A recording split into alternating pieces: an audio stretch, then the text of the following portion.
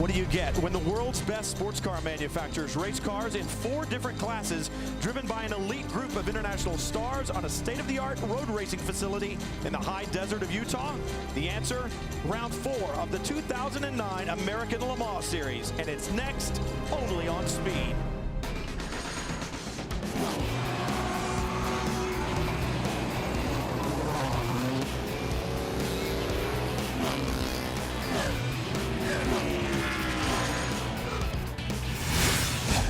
From Tooele, Utah, just 30 minutes west of Salt Lake City, welcome to Speed's exclusive coverage of the American Le Mans Series Round 4, the Utah Grand Prix from Miller Motorsports Park, and the Acura pre-race show.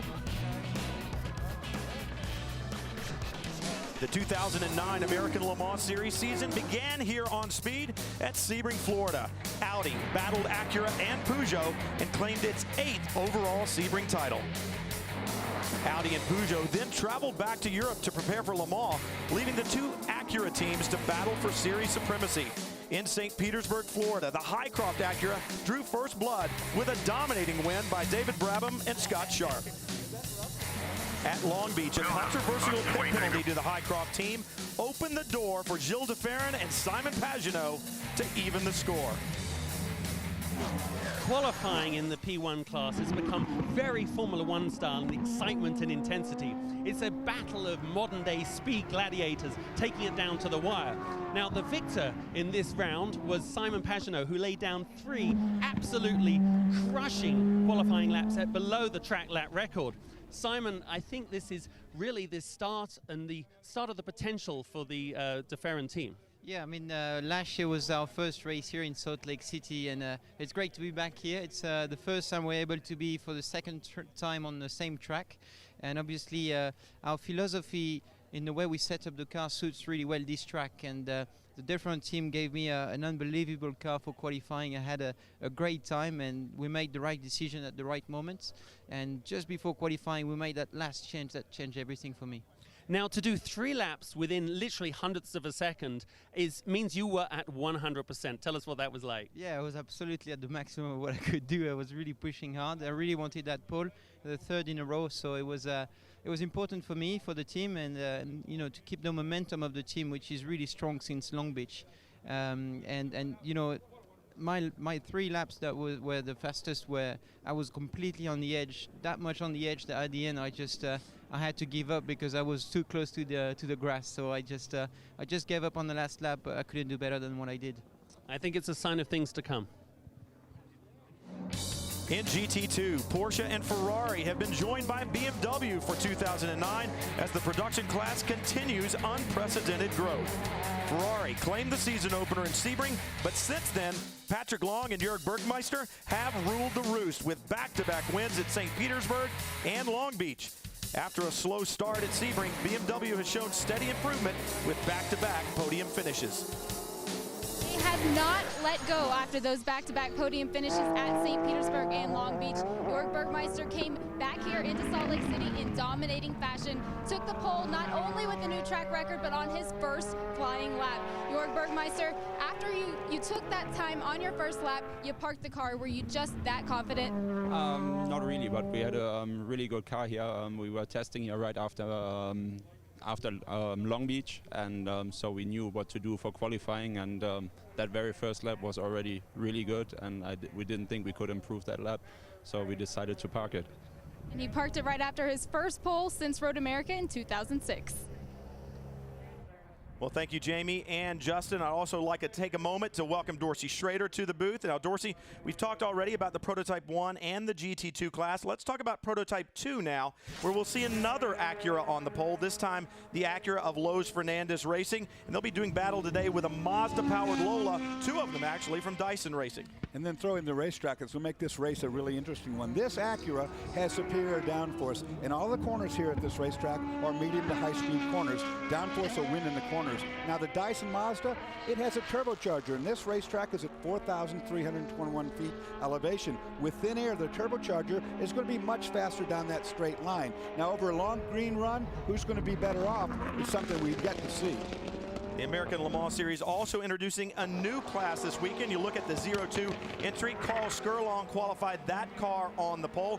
This ALMS Challenge class is great. It actually introduces both teams and drivers from the Patron Challenge Series into American Le Mans Series competition. I think we're going to see a whale of a battle. Well, you will, because they're spec cars. In other words, every car is identical to the other, and it makes them run really close. Well, how close? 100th of a second between first and second place. This battle will be a great one amongst the other three classes racing today. Well, the American Le Mans Series also known for technology, and as of late, known for the green racing concept. This is the first ever prototype hybrid. In other words, this car can run on gasoline power or electric power. In fact, it can run on any one of three configurations: gasoline by itself, electric by itself, or the combination thereof. This is brand new technology to the series, and they're learning as they go. You know, today we're going to see that. If they use it, it'll be great, but if they don't use it, this is something that they're building on. It's the first time of its type anywhere. The Acura pre-race show has been brought to you by Acura. Acura, advance. Teams and drivers getting ready for competition. We're getting ready as well to bring you 2 hours and 45 minutes worth of competition. Don't miss a lap. Come back and join us from Miller Motorsports Park.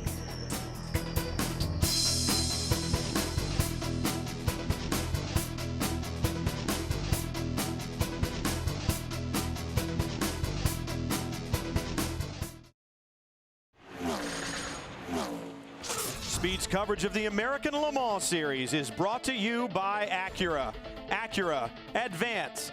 And by Touch of Gray from Just for Men.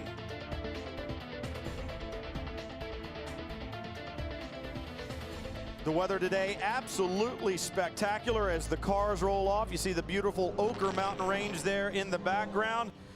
Beginning the pace laps here from Miller Motorsports Park. Looking forward to a great day of competition. Show you how they're going to line up in the Touch of Gray starting grid across the top of the screen. But let me introduce you to our four class pole sitters. Hi, I'm Simon Pagenaud. I live in Montmorillon, France. My name is Gilles de Ferran. I'm originally from São Paulo, Brazil, and I currently live in Fort Lauderdale, Florida. Hi, I'm Adrian Fernandez from Mexico City. Luis Diaz, Mexico City, Mexico. Hi, I'm Jörg Bergmeister from Langenfeld, Germany. Hi, I'm Patrick Long from Oak Park, California, currently residing in Bel Air Bluffs, Florida. Carl Skurlong, Seattle, Washington. Nick Parker from Oxford, England. Cars behind the pace car right now, but we understand after being introduced to our pole sitters, we got some stories from pit lane. Jamie, what do you have? That's right, that number 02 car, the pole sitting car in the challenge class, will be starting the race from pit lane. After the morning warm-up, tech figured out that that car had the wrong size volume cubes inside of the fuel cell, allowing too much fuel in that cell, made them change it out, took longer. They missed the pre-grid, so they have to start the race from pit lane today. We talk about teams learning. Well, they've learned their lesson there, but we've got some great onboard shots for you today. And for the first time in American Le Mans Series competition, HD onboard. You see the number 9 Acura of Highcroft. 15 Acura, that's pole sitter Fernandez. That's Luis Diaz behind the wheel. Number 16 Dyson Racing entry. And then you got Jörg Bergmeister in the Flying Lizard Porsche. Just 4 of the onboards that we have, and we've got 3 more. The Zytek that we talked about, the hybrid. And of course, Gilles de Ferran in his own car. And one of the BMWs from Rahal Letterman Racing, the number 92. You'll be able to ride on board with them today. Other great stories this weekend, Michelin, one of the tire manufacturers, one of the stalwarts in the series as far as tire manufacturers go, going for their 100th overall victory, which is just an impressive feat, Dorsey. That is stellar, no question about it. That's a great accomplishment by that great company. You see the lights off on the Mustang pace car. Now, this time down the straightaway, you're going to notice that Gilles de Ferran, who's the pole sitter, his car's the pole sitter, is on the wrong side of the racetrack, Brian. He's going to start from the outside. Yeah, you would think that that was odd, the first turn being a left-hander, but de Ferran on the right, that's going to give him the outside line into turn 1. He doesn't have a choice, as this track was homologated by the FIA. They determined that the pole was to the right, and you hear him say, green, green, green. We're racing at Miller Motorsports Park. De Ferran doing what he said he needed to do, and that was completely clear. The car alongside, but John Field. Oh, contact. Oh, and you see the Risi Ferrari spinning to the inside of the track, and Field on a tear like he was last year, running up to the front. That was not the Ferrari's fault by any means. The contact wasn't with that car. It was up there where John Fields was being aggressive. Now we have a car going straight off. That looks like a mechanical something maybe on the car. Saw one of the BMWs spin off as well. Both BMWs, it would appear. There's the number 90 right now being driven by Bill Auberlin, and you're on board the 92, and that car seems to have stalled, or is he just letting traffic clear? Tom Milner on board right now. Well, not off to a good start, that's for sure, as we've had 3 cars off on the first corner. DeFerrin has been able to hold the lead, but John Field, what a charge. We saw him last year jump from his qualifying position to the lead, and he tried to do the same thing again. We talked about normally aspirated engines versus turbochargers, and that's exactly what Field has working for him. 2 turbochargers on that AER power plant. Well, let me explain to you what needed to happen right there. The first thing that needed to happen was Jill DeFerrin had to clear the Sharp car, this car, to be able to turn from the outside for turn 1. The Dyson car had to try to get by the Lowe's Fernandez P2 car, because then he could control the corner speed. And back in the back, the GT2 cars, well, those BMWs would like to have gotten by as well. So everybody overly aggressive possibly at the start. Interesting to see. It looks like John Field has some damage to the front end of that number 37 Intersport Lola AER. That was the part you saw flying. Absolutely, Brian, you're right. He made contact on the way up. Down on the left front. Now the rest of the field beginning to close up. You see the Acura of Scott Sharp right behind, and here conversation being had. That's Dave Beaky Sims there with the hat on backwards from the Risi team. Take a look. Pay attention over here in this area as you see Field coming up through. There's the bits and pieces flying. Contact made as John being very aggressive trying to get to the front. Like I said, everybody had their own agenda as to why they needed to pass that car in front of them. Here's a better look. Looks like Pierre Caffer gets hit by one of the Rahal BMWs. Yes, and then up front, Field trying to work his way to the front. Maybe just a little contact there with the car in front. Yeah, I mean, Field was being real aggressive. He was trying to get to the front. There's Field. You see John going up. There's the contact right here. It looks like he got a cone. Maybe that's what did the damage. Well, they were there off the track. And, of course, there's the BMW making contact with the Ferrari. No question about contact. Now watch this Ferrari. Watch in front of you as the contact is about to be made up here. This is Tom Milner. You're right on board with Tom. He looks to the inside.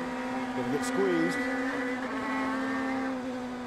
Yeah, you see it pretty vividly right there what's going on.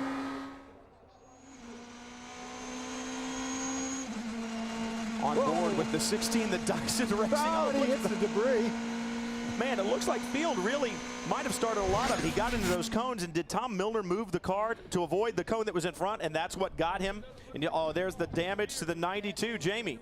There is significant damage to the passenger side of this BMW. They have a new door out and ready to go on, but the damage is also to the door jamb, so they're having a hard time getting the door to fit properly. The crew is working on it now. Walking around the car, that's really the only spot where I see any sort of damage on it. So if they can get that door out or back on, they can get him out on track and not lose too much time. Well, this is a really tough break at the beginning of a race to have this happen, but the reason everybody was so aggressive was quite clear. Because of this track configuration we talked about at the opening of the show, the turbocharged cars, if they could have gotten into the lead, could have controlled the corner speeds of the cars that have better downforce. Therefore, slowing them up in the corner would have given them the advantage. But as a result of all that skirmish, you see what's happened. I think the debris on the track, I think Tom Milner may have been trying to miss that large orange cone that was put on the track after John Field made contact with it, and when he bobbed to the right, made contact with the 62, and around they went. Field staying out in front right now, Scott Sharp, but dragging that cone off the left front, and that has got to affect the aerodynamics on that car. I think the pieces that flew were parts of his wing. Yeah, you see the cone up off that left front corner, and there's some damage there. He'll lose a little front downforce, but downforce isn't his issue. The straightaway is his issue. He can run down the straightaway with that twin turbo. That is the cone you see impaled right there on the nose. Well, and losing downforce here, though, I mean, you've lost downforce because of the altitude anyway. Yes. The air is so thin, you don't get good downforce. So anytime you damage what little you've got an issue. Looks like that Acura, as you ride on board with Scott Sharp, really handling well through 9, 10, 11. Well, if there was ever a car designed for a course, these Acuras with the really big front tires and the great downforce they provide would fit really well here, because all of these corners are long corners. They're all medium to high speed corners where aero takes a big play. Now, that doesn't look normal to me. That was out the exhaust pipe of Field's car. John Field, a master of the start. He did the exact same thing here last year, but he picked up one more position than he picked up in 2009, and he did it over some very stiff competition. Remember, he had those Audi diesels up front, but take a look at this on the outside. Yeah, John is a brave one. There's no question about that. Like I say, his car is really fast in a straight line. Gets the thing running, runs up the inside here. Takes the lead from Marco Werner under braking. He says, thank you very much. I think I'll lead for a while. And for this small team from Columbus, Ohio, when you best the Audis, you're doing a great job. And right now, I think that horsepower really is keeping him in front of Scott Sharp. Sharp with a better handling car because of the clean aerodynamics, I think. And John just holding on, but using that horsepower to his advantage. Well, it's a very interesting track from that standpoint. You've got a very long straightaway where turbocharged power in this thin air really has the edge. But these corners, there's 15 of them. They're all very, very good for downforce cars. Well, you wanted action when you tuned into American Le Mans Series. You got it from the drop of the green. We'll be back to more action from Miller Motorsports Park in Tooele, Utah.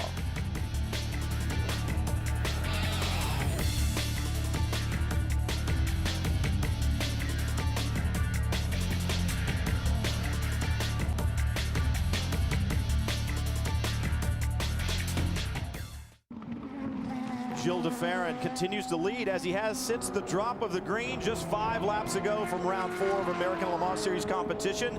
And he has not put a wheel wrong in that Acura. It's been a spectacular run for that entire team all weekend long, and de Ferran really enjoying his time behind the wheel of that P1 entry. We had seen that great start by John Field, but Scott Sharp in the second of the Acura entries has moved back into second place. We felt like he had the better handling car, and he's taken advantage of the problems that John Field had there. Perhaps that aerodynamic damage has really caused Field to drop. Well, I mean, this was something that Sharp had to do. He was forced to have to get by because de Ferran's running away up front. A lot going on right behind him, too, as you can see here. Great battles everywhere around this racetrack, and no penalties from any of that stuff. At the start, you saw everybody charge really hard. You talk about charging hard. Scott Sharp wanted to get that position back from John Field. He really had to work for several laps until finally this. You see a little smoke out of the back of Field's car. Yeah, you're on board with Scott Sharp right now. He gets a good run off the corner. But see the turbo power pulling away on the short straight here. Let's see if John makes a mistake in the brake zone. Now he gets a little bit wide there, loses speed. Now Scotty's all over him. This is the tight part. This is where the handling of the downforce comes into play. Look, it's right up the inside he goes. And remember, this front tires on this Acura are twice the width of the ones on the other car, which can make it brake a lot better. That's hard brake zones. And the handling great as well. Watch Scott Sharp use that better run off of turn 10 into the braking zone for 11. These cars brake incredibly hard with those big front tires. And look right behind him. Both Dyson cars putting the pressure on as well. One of the Dyson cars looks like it. I thought he had slipped through, but he had not. So that's the 16 right behind. And then the 20 of Marino Franchitti, that's 16. With Chris Dyson behind the wheel, leading the P2 class for the first time this season. And that team really coming to grips with this Lola chassis and the Mazda power in the back. And I know Rob Dyson, Chris Dyson really celebrating how well this car has run all weekend long. Had some problems with the 20. There we go, up the inside here. Both of them might get through. Chris Dyson took advantage of teammate Marino Franchitti. When Marino tried to get by John Field, it didn't get him cleared. It slowed both those cars up. And that's how Chris was able to take the lead. And now he's through. Now they're starting to line up behind John Field. You ride on board right now the 48 of Johnny Mullen. Remember, this is the hybrid vehicle. They may or may not be running that system. Probably not. They didn't think they would in competition, but they did run it throughout practice. That's a developing situation. Steve Pruitt, the principal of that team, said this is akin to putting the monkey in the spaceship back at the beginning of the space program. We've got a long way to go. But look at the power that he has. Gives a little wave to Marino Franchitti and drives by, and that's kind of shocking to see that. Now, let me explain a little bit about this. This car is only running a 4-liter Zytec power plant. It could be running a 4.5. It has done so before. It's been very successful. It is running all of the hybrid pieces. All the bits are on the car, which means that all the added weight of that hybrid technology is on that car. If it's not being used, it's just extra weight, and it also is extra high weight. So, I mean, it's there if they want to turn it on, but this is something that they're learning as they go. They went with the smaller motor for the very same reason. They want reliability. They need to get this car out here and run. Right behind him, Marino Franchitti in the 20 Dyson entry, and right behind him, the 15, the Acura that started on pole, trying to hold on to third. And they said at the start, we know that power of that Mazda is going to get us on the straightaway into GT2. You're right on board with the Flying Lizards. Listen here, as you see Jorg Bergmeister run up the front straightaway. Jorg has been the class of the field throughout the entire weekend. Every time he's in the car, he's bit this Flying Lizard Porsche on the top of the sheets every time. But right behind that is another Porsche, the Farnbacher. Mark Lieb behind the wheel. Man, Wolf Hensler in his qualifying, that car did not look comfortable at all. It was bouncing around, it was loose. And now one of the other BMWs, the 90, on pit road. Jamie? Yeah, this car has had some damage, guys. I don't know if you saw it or not, but the crew is repairing the front axle. That's what they're looking at. They were shaking the rotors on all four corners, but there is some damage to the front of this car as well. So the crew's gonna work on it and try and get him back out.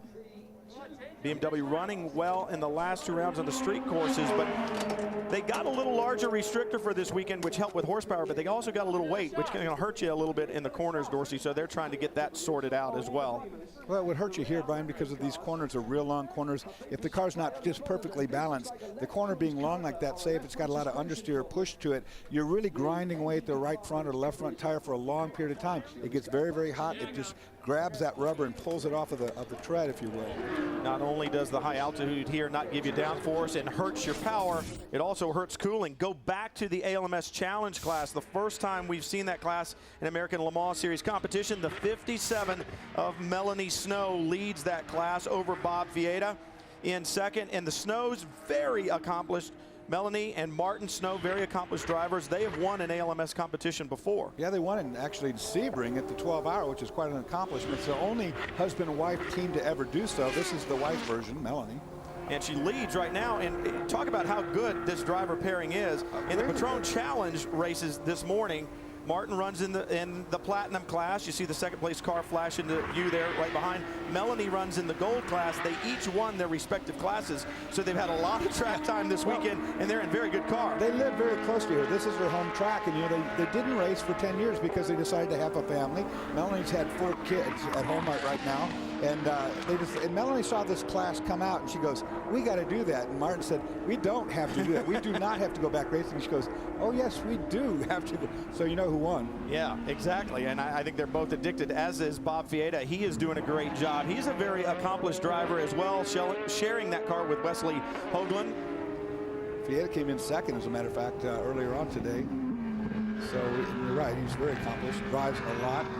Melanie continuing to lead there over Bob Fieta. We talk about the Snows and their celebrations that they've had in this before. It was 1999 at Sebring International Raceway.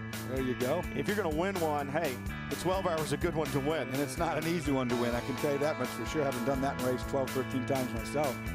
Patrick Heusman shared that car, but the three of them, Melanie, Martin, and Patrick Heusman, got the job done. It shows the skill level of the Snow family and behind the wheel. And you said even though they've sat out for quite a while, when they came back, I don't think they've missed a step. They know the Porsches well, they know the racing game well. And right now, you see just how good they are.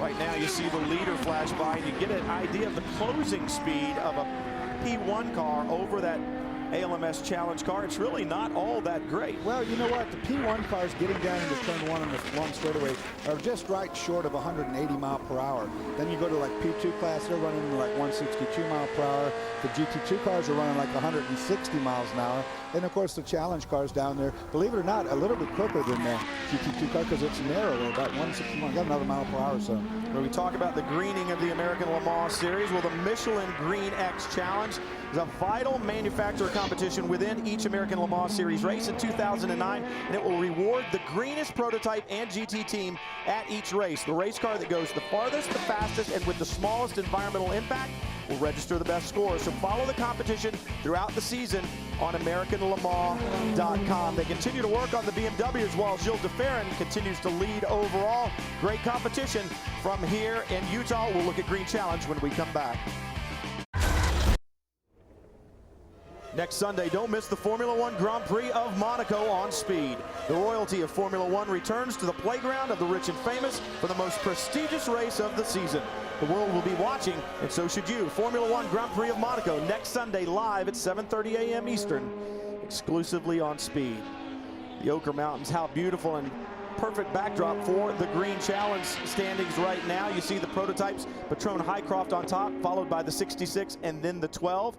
That is as they stand right now. Remember, we have a prototype class and a GT class as well. And there's your GT class, Risi Competizione out in front of Rahal Letterman and Farnbacher Lowles. The ALMS Challenge cars not included in the Green X Challenge, we should note. 66 continues to lead. Gilles DeFerrin here from Miller Motorsports Park.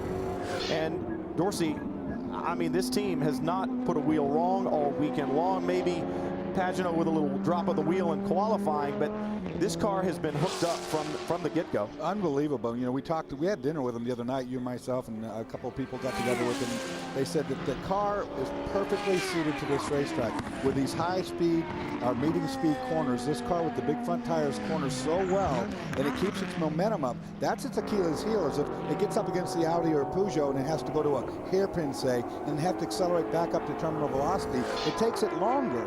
But when they're running medium speed corners and high speed corners, this car's cornering speed outdoes everything out there. Scott Sharp holding down second as well. And we should note that not only is it a big front tire, it is the exact same tire as the rear. So you talk about a footprint, it leaves a large footprint out there. The other thing to remember, guys, is that a lot has changed from yesterday to today. Obviously, we're dealing with altitude, which is the same, but the temperature on the track and ambient is great compared to yesterday. And so these guys are actually having to predict just before the start of the race. On setup, they made some calculated changes. And I think this, the Scott Sharp car is actually just coming into its own now. Certainly the DeFerrin car is, you know, they made some better guesses, I'd say, or better calculations before the start. But the altitude certainly is a factor here for all these cars and drivers. And you know, when you get in this air, an awful lot is happening to these vehicles. That's a very good point that you bring up there for sure, because as we got here, first day we got here, a cold front had pushed through. It dropped the temperatures down to right at about 70 for a high. Most of the day was in the 50s and 60s. Today, probably near 80 degrees right now. So every day that they've been here, every session has been a learning experience. I've talked to the guys at Michelin. They said, we have to go from a medium hard compound, and I would think today they're working on hards. Look at St. Pete elevation, 6 feet in here in Tooele, Utah, 4,300 feet plus. That is a big difference. Lime Rock, next highest altitude at 1,300 feet, but that elevation change affects everything. It affects the horsepower, the aerodynamics, it affects the cooling. If you've got less air density, you've got less air cooling the tires, less air going through the radiators, and you'll see these teams really making sure that the radiators are making sure that those radiator openings are clean. Look back to ALMS Challenge. And there has been a lead change for sure there. It's Bob Valleda is finally taken over from Melanie Snow. I heard on the radio chatter Melanie thinking she had a flat tire. I don't think that is the case. What happened, I think, is when the faster cars came, you know, and she had to move offline, she got tire buildup or tire pickup, and that makes you think that you have a flat tire. But Bob had been working on it for about 3 laps. He made up that deficit. When she thought she had the flat, she had to back off. Here he comes down in brake zone in turn 1, sets her up for a clean pass, and does the perfect pop out. Bob Valleda finished second to Martin Snow in both Patron Challenge races this weekend. He was tired of looking at the back end of that 57 car, and these are the exact same cars that they ran earlier today. You look at the back of that car, you saw a green light down there underneath the bumper, and that's what designates one of these challenge cars to be different from a GT2. See the right low? GT2 cars don't have that little green light. Go back to the battle for GT2. Right now, Flying Lizards continue to lead. Jörg Bergmeister over Mark Lieb. 2 very talented drivers out of the Porsche factory. They know how to make these cars work, that is for sure. But I think the Farnbacher Lowles team has found something that they did not have in qualifying. Well, yeah, that's true. They haven't been near that close. You see how wide these fenders are on these Porsches, these GT2 cars. They got a much bigger wheel. That, in fact, gives them ability to outbrake and to also outhandle the challenge car. But the challenge car being narrower actually is quicker on top end down the straightaway because it's cleaner in the air. And there's not a lot of air here either. Jörg Bergmeister, the all-time leader in wins in the GT2 class with 25. Second is Sasha Maassen, and then Lucas Luhr, and then Mika Salo. So Bergmeister not only spectacular today, but obviously spectacular throughout his career. I think he has just over 90 starts and 25 wins, so that's a pretty good percentage when you look at it. Well, the Flying Lizards after Long Beach spent a day out here, a couple days testing, and so when they unloaded here the other day, they were spot on. I mean, Jorg got in the car, like I said earlier, and he has been the class of the field the whole time, but each session, the Farnbacher Lowell's boys have been learning, and now you can see that they're almost on equal par. 72 starts, I should say, for Jorg Bergmeister, so 26 wins out of 72 starts is a pretty impressive record. Talk about impressive. You're on board with Gilles de Ferran as he goes through the battle for the GT2 lead, and look at the handling capabilities of that car. Yeah, it's got horsepower certainly over the GT2. It's not going to just rocket by it down the straightaway. Where it really gained on it was through that twisty section of the racetrack. And you saw de Ferran right there back off and let it just flow, so he didn't have to run side by side through a corner. And then when it came on the straightaway, of course, he just outpowered. Farnbacher Lowell's of Mark Lee giving chase right now, and Jamie, I think that entire team has a very busy weekend.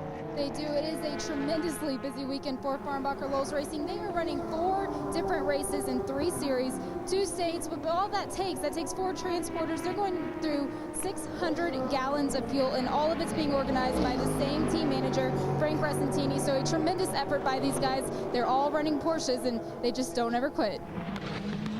Man, I mean, people look at the race car and they look at crews working at the racetrack, but what about all the stuff that happens behind the scenes? There's a lot of equipment, a lot of things going on there. When you see those stats like that, you just got to imagine of all the expense of having 50 people and 4 transporters and all those things going on in one day.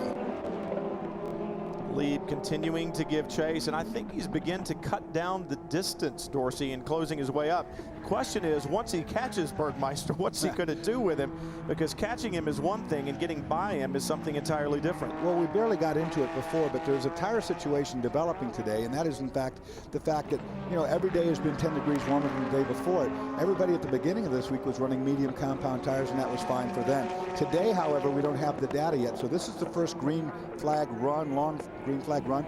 If they went out on soft tires, they might be right now burning those tires off and in need of going to the harder compound. Bergmeister continues to lead in the GT2 class.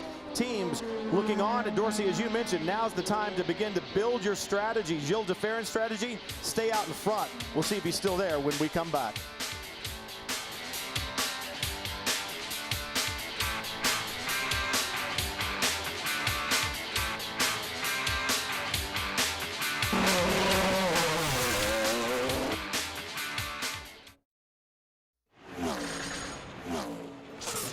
Speed's coverage of the American Le Mans Series is brought to you by Husqvarna.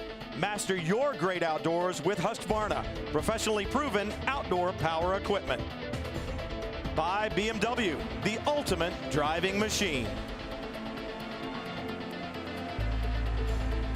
On board right now, one of those ultimate driving machines, the 92, Tommy Milner behind the wheel, but this entire team with problems from the drop of the green. Both cars have had lengthy stops on pit road, 4 laps down to the leader. Right now, Tommy Milner trying to claw his way back to the front. 30 minutes in, 2 hours and 15 minutes left to go. There's your overall leader, Gilles de Ferran, who has set the tone from the drop of the green. Actually, Simon Pagenaud set the tone in qualifying when he laid down 3 laps within, what was it, Dorsey, 15 one-thousandths of a second of each other. It was incredible. All 3 under the track record, substantially under the track record, and all of them within the same tank. I think it was 3,300, so it was just unbelievable. Some days are just magic. You get a car working and you can seem to do no wrong, and it seems to be one of those weekends for the de Ferran team. See him beginning to work through some of that traffic. That's the lead battle going on right there in the new IMSA Challenge class. That's the leader in front of you, getting past Skurlong. Gotten past. They've done a great job, I have to say, of staying out of the way of these faster cars. It's the first time that we've run these classes together, and they have done a great job so far. Right now, Bob Fieta leading in that ALMS Challenge class. 02 was up to second. Melanie Snow dropped back to third, but you ride on board that Zytec, the hybrid that we were talking about, and obviously running on the petrol power right now, Dorsey, but a lot of gauges up there on that dashboard, a lot of switches. Right here, Brian, this This day glow orange is the hybrid system. These 4 lights that run along here designate whether it's on or not. The switch right here turns it on. It's off right now because none of the lights are lit presently. So right now they're running without the aid of any electric power. We know a little bit about the hybrid system, but there are certainly those out there who know much more about it. It is incredibly sophisticated. You think about the Formula One teams that run it, only about half of them can make it work at any time at all. So we went to the experts on sophistication. We made the decision to do this last April, and we were fully committed to it. Obviously, at that point in time, oil was headed to $140 a barrel. The emphasis on this technology was coming forward. Obviously, since that intervening time, there's been a change in administration. There's been a huge focus now on the electrification of transportation in this country, particularly through the Department of Energy. Well, this is the first hybrid technology that we've really seen go head-to-head with more conventional racing applications, and it's phenomenal, the achievements that they've made. They are using advanced batteries, lithium-ion batteries, that you'll start to see in a few years in some production class vehicles. And it's something that on the manufacturing, the R&D side, industry's been working on for years. How can we improve the flow of energy in and out of the packs? And to this point in time, the advances haven't been made to meet the goals that were set years ago. And they're starting to make a strong headway towards reaching those goals through this series and through what Corsa and Zytec are doing. I think once people can see what electricity can do, which this will end up being actually the poster child for it, then I think you'll change people's perception. But over the time, we've been at this now for 13 months. We're still flying parts in today that we're still trying to get put on the car. It's been that long of a development cycle, and there's still a lot of things that have to work.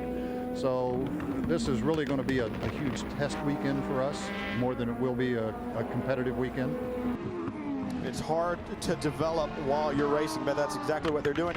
You heard him say it's really the battery technology that needs to be developed just as much or more as the systems to charge those batteries, and they're doing a great job at it right now. You couldn't have two better people. Steve Pruitt, the principal there with that team, and you heard from Lee Slezak from the Department of Energy, and Slezak is one smart guy. I'll tell you, especially if you look at his title, I think it's got about 15 words in it. Look at the battle in the P2 class. We'll leave the Corsa hybrid and go up front.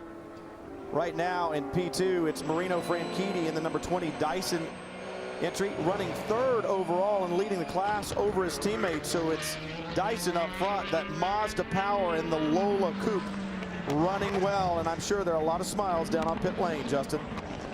Well, certainly Rob Dyson is a campaigner for natural gasoline fuel. Rob, your cars are going really well. Marino's running, really stretching his pace.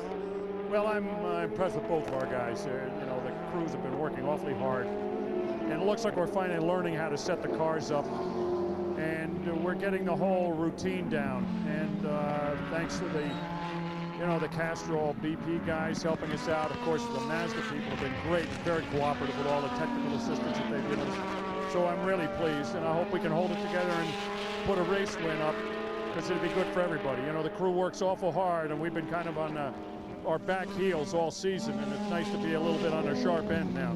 Well, it's nice, obviously, to have so many guests here from Mazda and BP, but also you've taken off your headset, I believe, not so you can hear me, but so you don't have to listen to Marino anymore.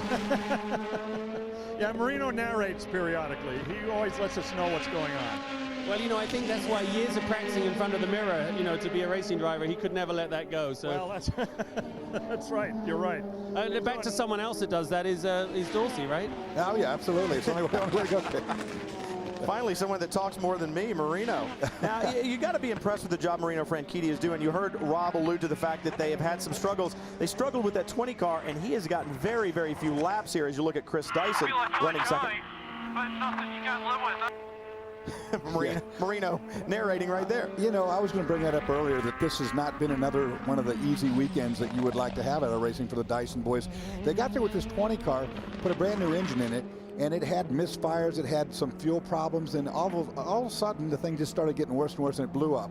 It basically had detonation problems. They changed that engine out. As you said, they had no time on the track, so Marino right now, this is the most this car's run all weekend. He passed Chris Dyson a little while ago, trapped Chris in some traffic as they were going through traffic.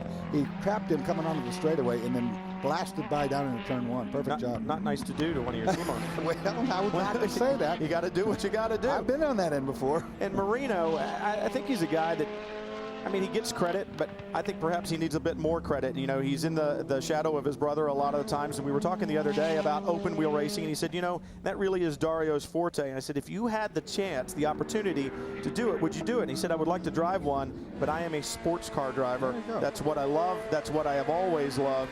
And the other thing that he is he's quite the racing historian. He loves vintage cars and the history of motorsports. Well, his whole family involved in it, that's for sure. He's the youngest, so. Marino right now out in front of the P2 class, but it's Gilles de Ferran that leads overall, and you watch that beautiful Mazda-powered Lola, the coupe, so sexy, down into turn one at speed. And you talk about beautiful, look at the surroundings here from Utah. Gilles de Ferran continuing to lead overall. Bergmeister holding down GT2, Bob Villeda in the new challenge class.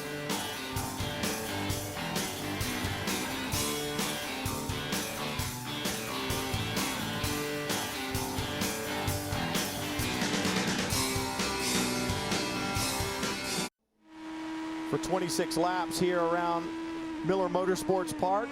This is the view that Gilles de Ferran has had from the drop of the green. He has been spectacular and continues to lead in round 4 of the American Le Mans Series. We talked about Michelin seeking their 100th victory. Well, let's go back to victory number 1.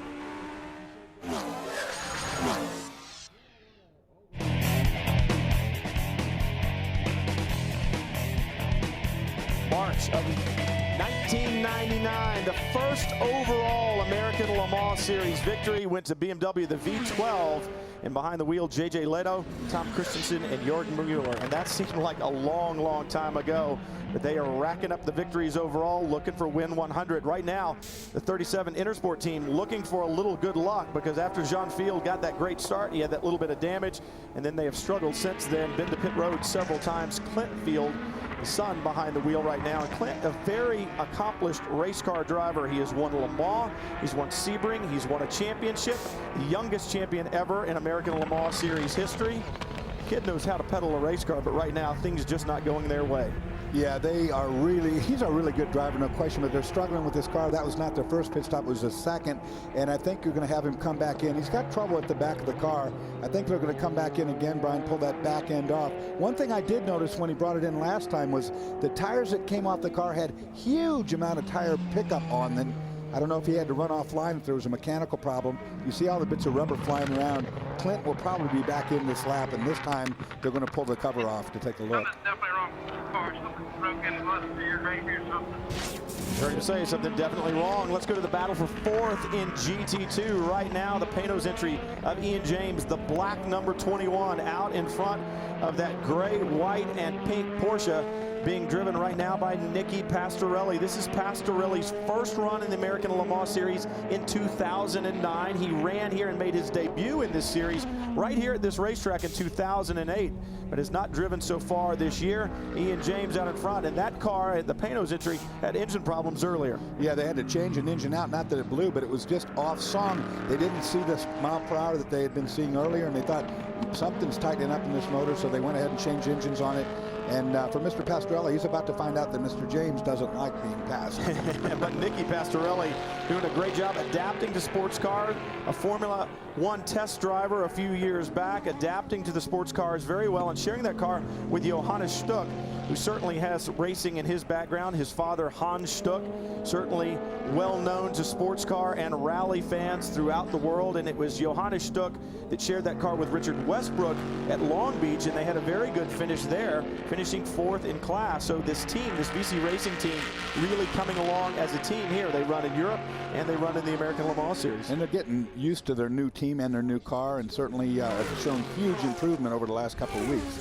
They did not get to run at Sebring or at St. Petersburg, but that team debuted in their 2009 battle at Long Beach. Like I said, a good fourth place run. Gilles de Ferran now coming past this battle for fourth in GT2. And here's the problem. Gilles got to go offline sometimes to make these passes. And I'm thinking right now, based on what I saw from Field's car, that if you get offline, and I think that's what happened to Melanie Snow, there's going to be a tire pickup issue at this racetrack. And for the GT2 guys, remember, there are 4 classes of cars on the racetrack right now, so they've got faster prototype 1 and 2 class cars that are going to be passing them, and they're going to be passing then the American Le Mans Series Challenge cars. So there's a lot of mixing and matching going on out there on the racetrack, and they've got to be aware of, you talked about the light on the back of the Porsche. Is that Porsche in front of me a challenge car, or is it a GT2 car? And you can see from these corners, you're in the corner, you're really loaded. It's a medium speed corner, means you're probably in 3rd gear, maybe 4th gear, and you're in that corner a long time, grinding away at that rubber. And all that rubber balls up off the outside of the racetrack. If you have to make a pass and go there, you're going to pick it up, and it's going to be a substantial, you know, you think you've got a flat tire or a vibration problem. Back to the challenge class. Look at this battle up front. Carl Skurlong, remember, he had to start from pit lane because of that problem that they had. They needed to fix the fuel cell a little bit, take some capacity out. We're late getting to the grid, so started from the back, and Carl Skurlong has taken 23 laps to get to the front of the challenge class. Just went past, I think it was Fieta. Yeah, it's still Bob Fieta, and then we'll take a look at how he got by Bob. He'd been working him over for a while, you're right. These cars are so close together. Look, down the front straightaway, classic again, does the draft, pops out, down in the brake zone for turn 1. You can see that these two guys have raced with each other a lot before because they both let it just happen without fighting one another. Both very good race car drivers. Carl Skurlong actually has never driven a closed-top car before this weekend. He is a graduate of Formula Car Series, including the Atlantic Series. So, you know, what a great driver as far as adapting to a machine coming out of high downforce Formula cars to this Porsche. The other thing that they have to adapt to is the length of the race. 47 minutes gone so far here in this event, and this would be just about the time that one of their normal races would end, whether you were running an Atlantic race or a Patron Challenge event. And one of the differences is when they do come in for a pit stop, Brian, there's a couple different deals. They only are allowed 2 men over the wall. They're only allowed 1 air gun to change all of their tires. Why all? It's a rule. They have to change all 4 tires. Nobody else has to do that, but this class does, because they could probably double stint on those tires. And if they did that, they'd have a big advantage. Right now you see the Dyson entry flashing by, the Mazda Lola trying to work his way through. We were talking about pickup on the tires, Justin. Yeah, pick up on the tires, I guess. If you're sitting at home in the living room, you really don't understand what we're talking about. These tires are slicks. This is supposed to be an absolutely beautiful flat surface. What happens is you pick up other people's rubber. You see this? It's not compatible with your own compounds at all. And if you think you spend all that time over with Michelin or Dunlop balancing the tires so perfectly, and you pick this up, the entire balance of the car can go out. And I certainly know as a driver, I've made the mistake of giving the feedback over the radio to the team that I've got a problem, I may have a flat, I've got a damaged suspension, and all it is, you've got to drive through it and try and clean the tires off. It's really a nasty situation, and this track, with all the different categories of racing cars, is certainly causing an issue for the front runners. Wow, Brian, did you see that? They took fuel only on the 20. No tires. They didn't do a thing to that car but put fuel in it. That's a strategic move here. Interesting, they ran opposing strategies at Long Beach, and just to see if they could double stint tires, and it seemed to have worked there. So interesting to see it here. 48 minutes into the event when the leader in P2, Marino Franchitti, came to pit road. And one of the things that I was talking to Adrian Fernandez and Luis Diaz about was the fact that they felt like they could get better fuel mileage than the turbocharged Mazda in the back of that Lola Coupe, and that was one of the things they were counting on. They said, look, these guys have the straight line speed, we've got cornering, but we think that we have fuel mileage. Well, that sets precedent right now, because now he's taking on no tires. We'll see what everyone else does. Well, everybody talking about what's going on the racetrack. There are places where you can do it as well. Become a follower of the American Le Mans Series on Twitter. Read and receive up-to-the-minute tweets from the American Le Mans Series to get the latest news and notes from on and off the track. We'll be back to American Le Mans Series action from Miller Motorsports Park. Gilles de Ferran still having it all his way.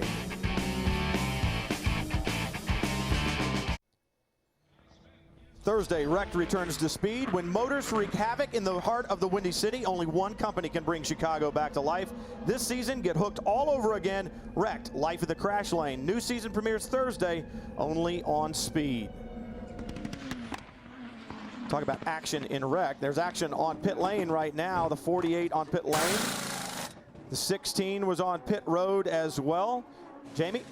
Well, that 48 machine is in pit lane. They did do a driver change. Stefan Johansson now behind the wheel.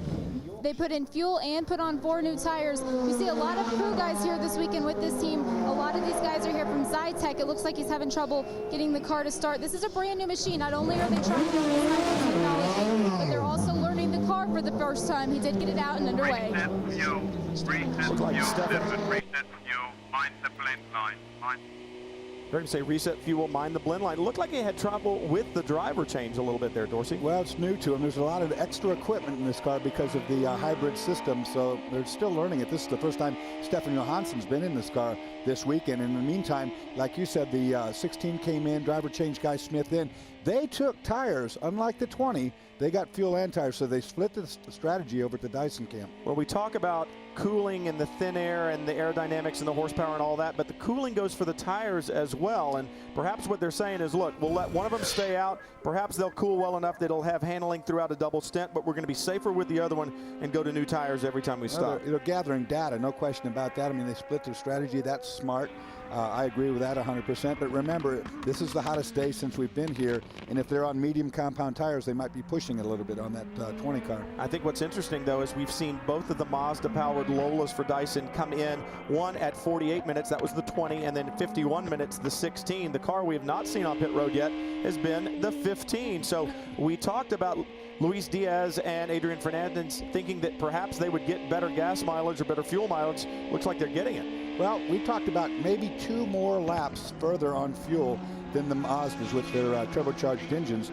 We'll know that very shortly. Luis has been back there. I don't know if it's by choice, but he's probably been in a draft and gaining some fuel mileage on the 2 Dyson cars that have been running up front all day. We'll know that soon because, you know, I think we had it figured at 2 extra laps of fuel capacity. They can't go down the straightaway as quick, but they definitely will go further burning less fuel. Well, there's an advantage to it. You know, one of the things about this racetrack is you don't see a lot of full course caution. The way the track is designed, there's ample runoff. It is a very safe facility, and we've not seen a lot of full course caution here over the years. That means more green flag running. It means more fuel burn. So if you can get that better fuel mileage, perhaps you can do it in 2 stops. If you're not getting the mileage that you need, it may take 2 in a splash. And we're running half the course, essentially. You know, we're running on the long course, or the faster version, using 15 of the 23 available corners. So this would be where you would get better mileage because you're keeping your speed up.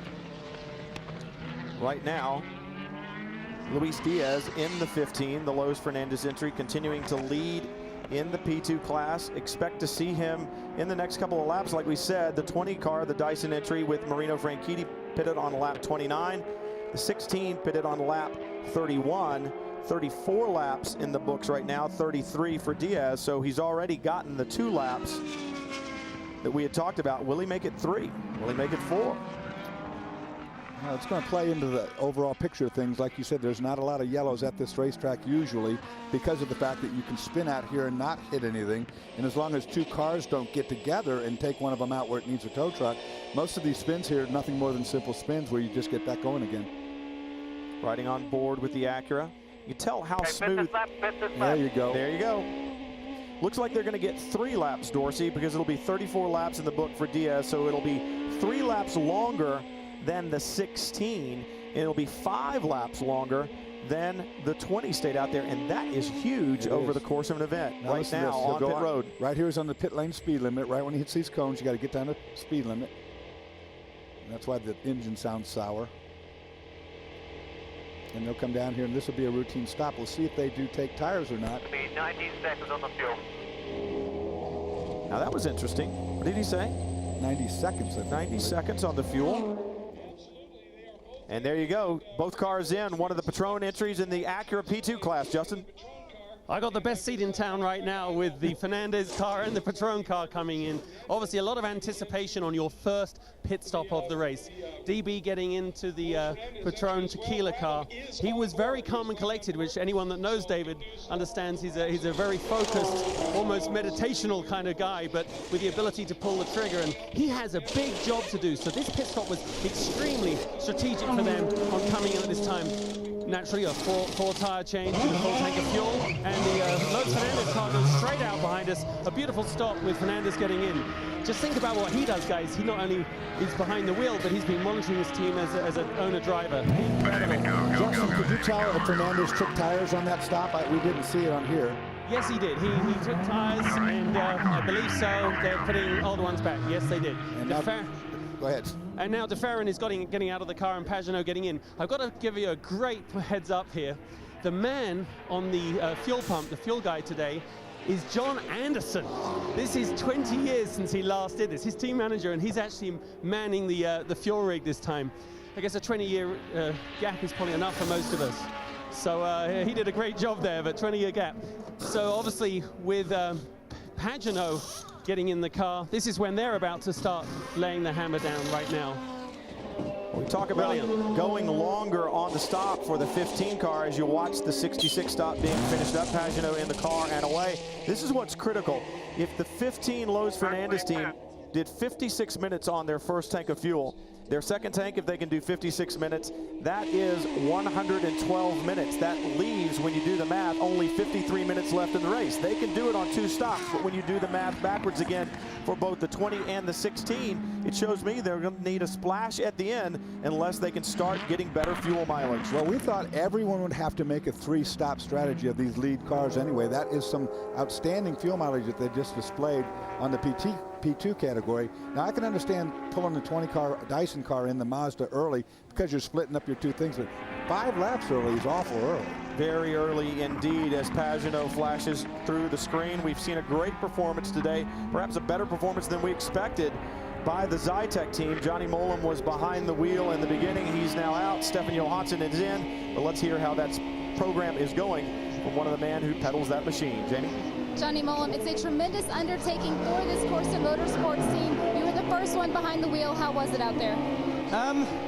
The first thing was at my left-hand earplug. That's why actually I can't hear it in my left ear. It sort of half fell out, so the engine noise, I think I've gone deaf in the left ear. But the car was great, actually. I got a good start. It was absolute chaos at the start. John Field was like squeezing the 2 Dyson cars in front of me, and bits of bodywork flying off, and I managed to get in front of, I think, one of the Dyson cars, and then really tried to get in front of John Field, and it's very, very difficult. He's very quick on the straights, but it was, once I got in front of him, the car was running really, really well, and I have to say, just for us being here for Steve Pruitt, the Corsa Motorsports and Zytec, I'm absolutely delighted just to be out there. Well, he's deaf in that ear today, but as soon as they get that hybrid started, guys, I don't think he will be anymore.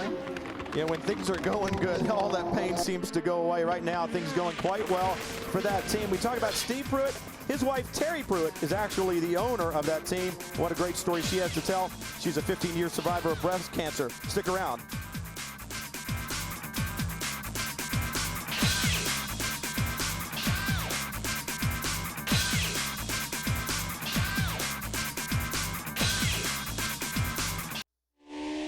After our first round of pit stops here in round 4 of the American Le Mans Series, Simon Pagenaud leading in the 66, taking over from his teammate and team owner, Gilles de Ferran. And once again, this team having a magical weekend. Still plenty of time left in this event, over an hour and 40 minutes to go. But right now, this team has had smooth sailing, working their way on up through. We talk about what a great weekend they had. Jamie, how does it feel from down on pit road? Well, what a great weekend. What a great year, Gilles. 1 year after your debut in the American Le Mans Series, you're back in a new class. How good does it feel to be leading right now? It feels great. The Acura is running like clockwork. We made a small change in the car from this morning, and it's absolutely beautiful. So so far it's running like a dream, and see how Simon gets on there. I mean, it hardly seems that it's been a year already. So much has happened in this last 12 months, but it's a little bit emotional today, so we'll see. A bit emotional, and that's a very sincere smile on the face of Gilles de Ferran, guys. Well, this team has been fast since they debuted in the P2 category a year ago here and continue to find the speed. Looking back into pit lane, the GT2 car is now coming. There's the 44. One of the other flying Lizard cars, Johannes van Overbeek, was behind the wheel. You see the 18 car, Nicky Pastorelli, behind the wheel. He'll hand that over, it looks like, to Johannes Stuck. Of course, all of these are just spot on regular pit stops that they need to do. Driver changes all the way down the board. Radio Check Johannes. Here I'm asking Johannes Stuck if the radio is working. You watch all the guys just sitting there ready to do their job. You can't touch those tires until that fuel man is pulled out of the nozzle and the car is full of fuel. Then they go to work, as you can see right now. Now the difference between this and the challenge cars is you see all these guys working. Only 2 guys can work on the challenge cars and only one gun to take all 4 tires off. Oh, and a bit of a problem there on the way out. But note, Dorsey, that single gun tire change strategy will be in play when we go to Le Mans this year. So the teams are going to have to adapt to it as Johannes Stuck heads on down pit road. They've had a good run today, and in the P2 category, the other team with a good run was Adrian Fernandez and Luis Diaz. Remember, they qualified on the pole. They have led that class, and they're certainly getting the fuel mileage that they need. Justin? Well, I think, Luis, you just said to me, it's turning into a real challenge, this race. I mean, the BP cars and you have got a really great fight. Yeah, that's correct. The Mazda guys, the Dyson guys are doing a great job, you know. They are working hard, so it's gonna be a closer races every time, you know. So I think it's good for us. We like competition. That's why we are here for, and we would love to beat them today, like the last race. So the Lowe's team is charging hard, and hopefully we can have a good result today. Well, I'm going to ask you something a lot more important than that right now, because understanding you live in Mexico City, I believe you spent the last 2 or 3 weeks wearing a mask, living in your house, and I'm a little nervous about being this close to you. It was tough training in those conditions, right? Yeah, I mean, it was I have to be at home with the door locked, and we spent there 2 weeks, and I was training in my house. All the gyms in Mexico closed, restaurants, everything. So it was a little bit scary at the beginning, you know, because we didn't know how bad the virus was, you know, and I have a little child, so we decided to be at home. So it was a good forced quality time with my wife. I think at the end of those 2 weeks, my wife wasn't very happy with me, but I think we did the right thing, and hopefully now everything is better now. Well, we're glad to hear it, and 2 weeks in a house with anyone is enough. It's great, especially Dorsey. Sorry, Dorsey. We better mark this date and see what 9 months from now looks like. oh my goodness. Oh my goodness. But I think a lot of us in this business, our wives probably feel the same. You know, we're at home over the winter, and then January, February get here, and they say, don't you have some place to go? Perhaps Luis's wife felt the same right now. That team doing a great job, and now you see the 36. That is one of our challenge cars on pit road. It's Bob Faeda, who was leading up there earlier on. We see him now in. This looks like they're concerned with something on the right side of the car. Are they concerned, or are they just checking the tires there? The Yokohama Advan tire being looked at. Now, we talked about the rules being different. At some point in time, you have to change all 4 tires. You can do it when you come in to do your driver change, but at some point in time, it has to happen. You got only the 2 guys, like I said before, that can work on the car. 1 gun to change all 4 tires. One man's going to do that by himself. And you got a fueler and certainly the fire bottle guy, Jamie. That's right. This 36 car, they already did their pit stop. They did the fuel, they did the tires. Everything went great, and then they put the car down off of the air jacks, and there was a bit of a problem. The rear of the car was a little off. His teammates in pit lane now. The class leader, that's their teammate, the O2 car, and that Starbucks sponsored car, they are in pit lane, driver change and fuel. He pulled in a little crooked because there is some activity down here in pit lane. They're fueling the car. They're not doing a driver change. I'm sorry, they're not going to do a driver change. You do see them swapping out the tires on that car, and they're going to get them underway. Everything looks standard at this one. Looks like they're going to leave Carl Skurlong in it now. I mean, the time issues are the same. No driver can drive over 2 hours, and a driver has to have at least 30 minutes in the car to score a point. So Skurlong doing a great job. Maybe they're just going, hey, while you're pedaling so quickly, we'll just let you stay in it. 36 machine is going to have to come back into pit lane once they get out. It seems like they were working on the car too soon, so they're going to have to send him out and then bring him back in. That's a penalty. That's going to be a stop and go penalty because they hadn't shut the engine off. You have to kill the engine before you touch the car. That one was sitting there idling, so that's a stop and go. He'll be back in again. Remember, this ALMS challenge class is to groom both teams and drivers. So right now the team's learning some of the lessons the hard way as he heads back out. Simon Pagenaud continues to lead over the number 9 Highcroft entry of David Brabham. You see him flash down the front straightaway. Scott Sharp had a little bit of excitement there at the start, Justin.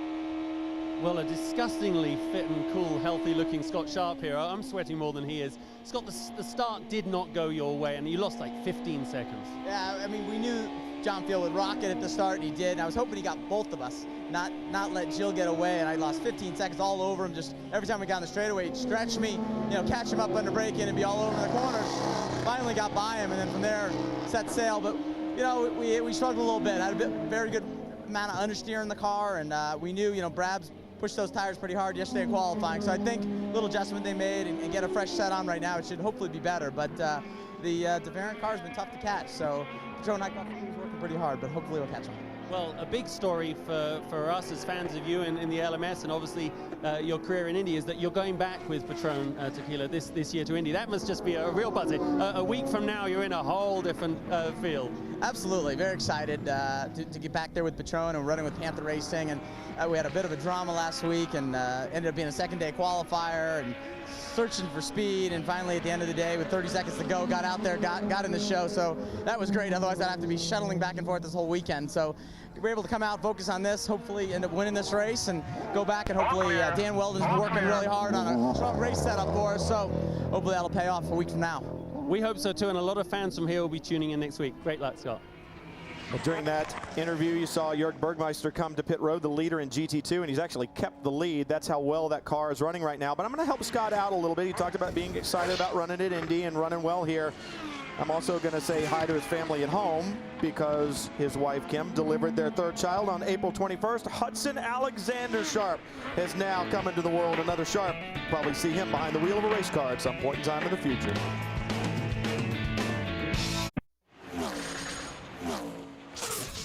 Speed's coverage of the American Le Mans Series is brought to you by BMW, the ultimate driving machine, and by Michelin, a better way forward. Simon Pagenaud continues to lead the Utah Grand Prix from Miller Motorsports Park. Tooele, Utah, just about 30 to 45 minutes outside of Salt Lake City. It is absolutely beautiful out here, and the weather today could not be more perfect. Pagenaud having a magical weekend, actually a magical last week. He qualified on the pole in Spa, driving a Peugeot in an LMS race. He'll drive that car at Le Mans. He won that race as well. Just a spectacular, not just even a couple of weeks, but a month for this young man. Qualified on the pole here. Look at everything that's been going on for him. Track record on the pole. That's the third time that 66 has been on the pole all year long. The win at Long Beach in April. You know, you look at that European Le Mans Series pole and win at Spa, Belgium. 25th birthday tomorrow. That sucks. Such a young guy. That's a lot to do before you turn 25. And it was interesting talking to Simon about that Peugeot. He said it's so very different. It took me several laps to get used to my Acura when I got back in it here this weekend. Very different power plant, a coupe versus an open top. A lot to adjust to. You know, when you come to this top level of racing like we have here with the American Le Mans Series, you're used to really, really good drivers, the top of the echelon, and every once in a while somebody comes along so special. This is one of those drivers. Simon Pagenaud is a special driver. He's raising the bar against the guys that are best in the series, and he's a little bit better than they are in my estimation right now. See him flashing the lights right now at the 44, the Flying Lizard entry. Seth Nyman behind the wheel saying, come on, buddy, get out of my way. But one of the things that you'll find is the cars don't move over. It's better if they don't. They drive the proper line. You can work your way on by. Look at the 57, one of our ALMS challenge cars. That car running second in class right now. Martin Snow has taken over the wheel from his wife, Melanie. She had done a great job leading early. Now the 62 on pit road. Jamie Mello he was sunbathing about 5 minutes ago when I walked along the pit lane. Now obviously jumping into the car. Interesting to know that the size of the driver's water bottles that they put in the cars these days, each driver jumps in with a new one. That's the advantage of GT over prototype, where space is obviously at a premium.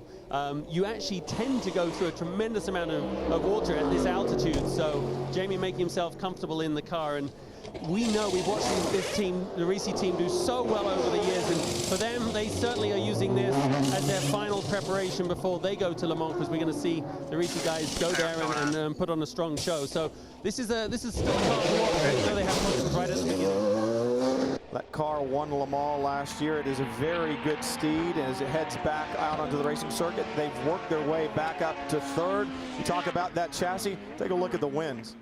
Yeah, I mean, that chassis we thought was going to be retired before it went to Le Mans. It's going to get its chance to extend this record that you can read on screen and go for maybe a second Le Mans win. Then it will be, then it will retire. And then it will be a collector's car worth a lot of money, as you see one of the Dyson entries, that Mazda-powered Lola flashed by there. I mean, the history, the pedigree that this car has built so far has been spectacular. If it can win Le Mans yet again, I'm telling you, it is going to be in a museum somewhere.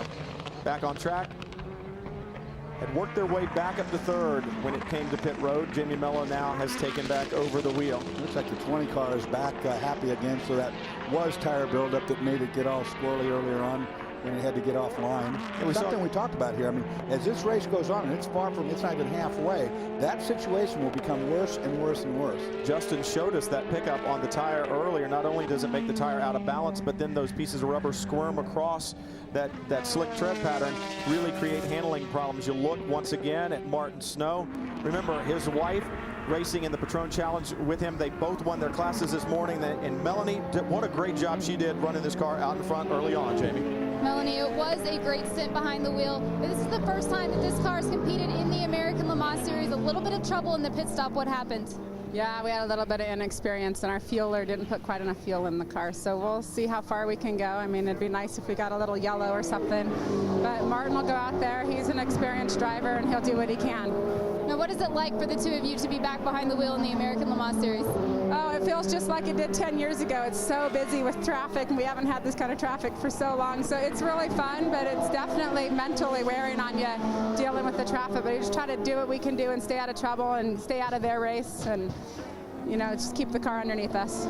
They might have to come back into pit lane for a third stop with fuel. Some of these other GT3 teams are having a little bit of trouble in the pits as well. The O2 car is having a penalty. We already covered the 47 penalty earlier, so they're going to learn, and we have 4 more races with the challenge class in the American Le Mans Series.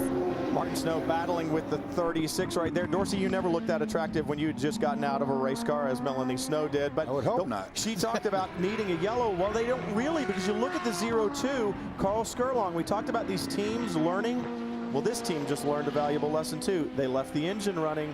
The car went up on the jacks. They will have to serve a stop-and-go penalty. In the meantime, Martin Snow is doing what he can from behind the wheel as he's running 1 second a lap faster than the car he's trying to catch on. We'll see now if the 02 does come in for that penalty.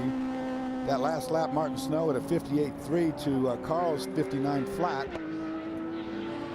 Nope, back onto the front straightaway one more time. It looks like Carl Skurlong trying to hold down the lead, but eventually he'll have to come to pit road. Follow the race closer than ever in the American Le Mans Series, live timing and scoring. You keep track of the overall and class leaders, intervals, driver changes, fast laps, and more. So visit fanfriendlyamericanlemans.com and look for the live timing link. Right now, Simon Pagenaud having it his way. Marino Franchitti, Patrick Long, and Carl Skurlong. Past the halfway point in round 4 of the American Le Mans Series from Miller Motorsports Park, Simon Pagenaud continues to lead. The 66 Gilles de Ferran team seems to be unstoppable today. Well, we talked about Michelin looking for their milestone 100th victory. We took you to victory number 1. Now we'll take you to victory 25. August 2001, the Mid-Ohio Sports Car Course, the Panos LMP 01. David Brabham, Jan Magnussen behind the wheel. It was a spectacular day for Panos and for Michelin. 25 wins in the book, and they're looking for 100 today. Michelin tires right now on this Acura entry for de Ferran Motorsports. We've also talked about the greening of American Le Mans Series and the Michelin Green X Challenge. Right now, as it stands, the Patron Highcroft team doing a little bit better job of going further on less and leaving a smaller footprint than the de Ferran Motorsports team, and then Dyson GT. Remember, both prototype and GT classes compete in the Michelin Green X Challenge. Right now, the 21 Panos Team PTG out in front in GT2 class. We talk about the sophistication of the prototypes in the American Le Mans Series as you watch Simon Pagenaud working, and that does not look like the steering wheel that you would see in your car. First of all, it's not round all the way around. It also has a lot of buttons. Justin Bell is going to give us a closer look. Well, I don't know about you, but I have enough trouble on my steering wheel on my car working out the different radio channels and the volume. These guys, at the tremendous speeds they go with all the vibrations and things, have to deal with this steering wheel here. I thought it'd be really cool for you to see, because you watch it in our in-car. Obviously, here's the start button. And up here, once it all gets going, you see these lights flashing towards the center. That's the indicators for them to shift gear. They don't really have time to look at a rev counter. That's their indicator. They get in their peripheral vision. Obviously, this isn't lit up, but that's where all the data is displayed. Now, it's like a computer screen. You can go through these buttons here, either side, and scroll up and down the pages.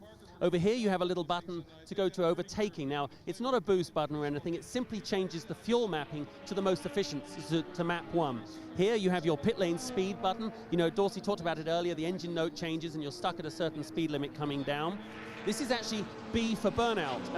Burnout as in if you spin it the wrong way on the track, and you have to spin it back to get back on the right course, you push that and it disengages all the traction controls and stuff, and it actually allows you to get round. Down here is a neutral button, which obviously reasons when you come in you want to be able to select neutral easily. Start button over here. This is the radio, a lot of communication, very important in racing. Flash to pass. Now, on a track like this, where you've got this multi-category kind of racing with ALMS, you use that quite a lot. And let's just say it's our road rage button. And here's your little drinks button, which injects water through a hose in your helmet into your mouth. Now, this is the tough stuff when you're actually driving. These little numbers here, I don't know if any of us on the broadcast team could probably read these anymore at speed. But this is your fuel mapping. Down here, you've got your traction control 1 and 2. This is the proprietary stuff that they're not talking about. But we have covered how incredibly complex the hydraulic steering system is on this, power assistance steering system is on this Acura because of the width of the front tires. And the drivers are allowed to change it not just for tracks, but for their own preference. As you said, very small, and on the back here, little button to go up. Look how small little movement to go up and down. This steering wheel is definitely worth an awful lot more than the cars that we drive on the road. They won't give me a price, but let's just say it's not for sale. And of course, that is only one of the many reasons that I quit driving race cars right there. The 16 Mazda Lola of Dyson Racing back on pit road. Guy Smith behind the wheel. An hour and 31 minutes gone in this race. An hour and 13 left to go. And this stopped taking longer than it should, Dorsey. Yeah, they're going in the car for something now. It looks like should be down, guys. This one should be down. He pitted on lap 31, Brian. So in the 20 car, of course, was the first to pit.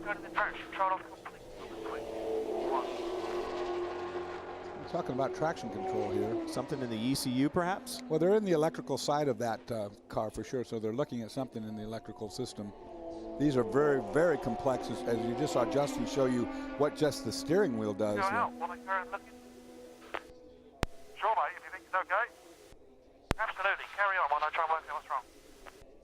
Okay, so they haven't figured out what's wrong yet. You love that. Go ahead and carry on while I figure out what's wrong. Well, I mean, right now they've looked at all the things they can look at, and they don't know exactly what's wrong, so the driver takes it upon himself. Let me go out and run this thing, see if I can figure it out or get a better handle on it. At least he made the decision to go back out. Yeah. The team didn't say, you go back out and we'll try to figure it out for you.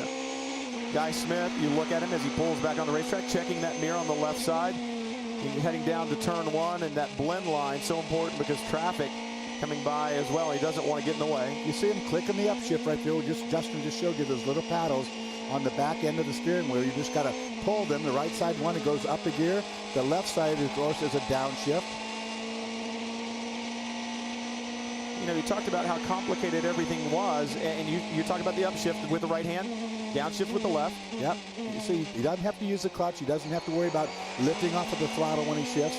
Just when that light comes to the center, like Justin talked about, you pull the little paddle, and the computer does all the magic, unless it's not working, and that might be what he's dealing with right If you're driving a 6-speed in your street car where you use the clutch and move that gear shift into the next gear, that doesn't happen here. Don't need that anymore.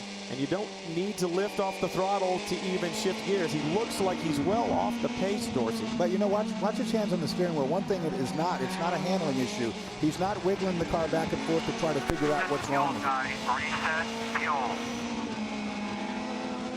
So I was just talking with Rob Dyson, and he said they've got a high-end misfire, which actually is causing them obviously a problem on track, but there's nothing to be done about it. Obviously, they're going to try and dial it out through some electronics you know, kind of gadgetry on the next stop, but you have to drive through that. Talking about Guy Smith, Guy was telling me earlier, you know, his main racing at the moment is in the European Le Mans series, and he absolutely adores racing in America. He would even consider a move here if he had enough races. But he was saying that the one thing, even though in Europe sometimes they have a few more cars, over here the depth of the driver talent is simply extraordinary. And as someone that, as you know, he had tremendous success with Bentley at Le Mans and things. He's a world-class driver and likes taking his game, you know, over to America. But the car's back in. You know, the thing is with sports car racing, you don't want to lose track position too much. So while the engineers are trying to fix it, you know, he might as well carry on going round. But this isn't looking that good. I'll get you an update and I'll come back. Right now, as the Dyson crew goes to work, trying to determine the problems on the number 16. Cars continue to circulate around the course. Simon Pagenaud having it all his way. You look through the rest of the leaderboard there, and you look at some of the beautiful scenery from here in Utah.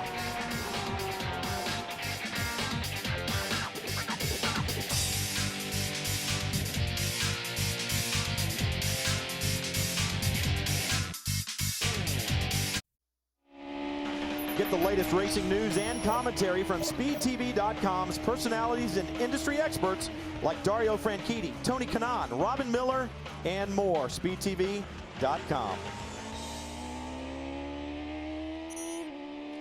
We saw the start, and there have been plenty of highlights and lowlights in GT2. Let's take a look from the get-go. The drop of the green, the 92, Tommy Milner into the side of the 62, Risi Competizione Ferrari. Around the Ferrari goes. Milner had troubles of his own in the reaction of the crew saying, what is up with that? But we talked about problems for Milner. The door has to be replaced, and that's a lengthy stop. They've done a lot of sheet metal damage. You see him trying to straighten out because the other door wouldn't fit, being that the hole is not the same shape it used to be. And then the 45 has had it all his way today. Jörg Bergmeister and Patrick Long kept the lead throughout the pit stops. Patrick Long taking over from Jörg Bergmeister, and he still holds down the lead in GT2. You're right on board right now with Patrick Long as he flashes down the front straightaway. We talked about the fact that they came here after Long Beach and tested. When they unloaded here, they have been just stellar. They've been right on top of their game. They've done really very little to this car. It's been at the top of every sheet. They did a little testing here, and what they found definitely worked, not only for the 45, but for the 44 as well. Remember the Flying Lizard organization fielding 2 cars. You look at the current leaderboard up there in the upper left of the screen. The Flying Lizard team fielding 2 cars, both the 45 for Patrick Long and Jörg Bergmeister, and the 44 for Seth Nyman, team principal, and Johannes van Overbeek this weekend. Nyman 6th. They ran as high as 4th early on. Another one of the American teams going to Le Mans that have a very good chance of being able to win that prestigious race.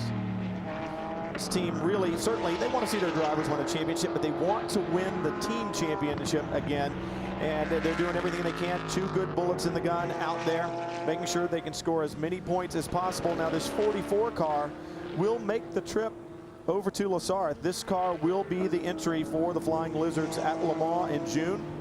So they certainly want to make sure it's in one piece when it leaves. Well, definitely so, yeah. They have learned so much on these Porsches. This was a new car at the beginning of the year at Sebring, and they struggled there a little bit, but now they've really found something. Look back to the number 11, Prime Time, 7th in class right now. Joel Feinberg behind the wheel.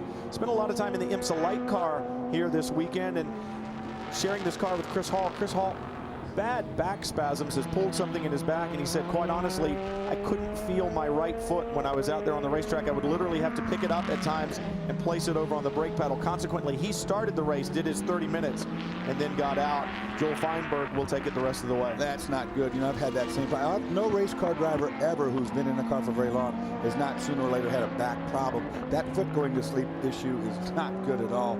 This car, let me tell you what it does good. You know what it does good? It goes fast. Yeah, it goes down that straightaway here, buddy. I mean, it's the fastest of any of the GT2 cars. This one's got him on top end for sure. See Joel Feinberg there hustling his way around. They had some problems with an input shaft earlier this weekend. Didn't get the qualifying in that they wanted to do, but they struggled with it a bit. But moving forward, right now running 7th in class. Other good marks out there as well. The 40, Robertson Racing. Those cars you're talking about, this one and that Viper competition coupe, the 2 largest cars in GT. Ooh, right there under it. Gets a little bit of tire slock up. Good modulation. And this car also has come a long way in its development. I was going to say, this team has come a long way. Remember, David Murray qualified that car 4th at Sebring, and they actually finished 7th. They had a 6th place finish at St. Pete.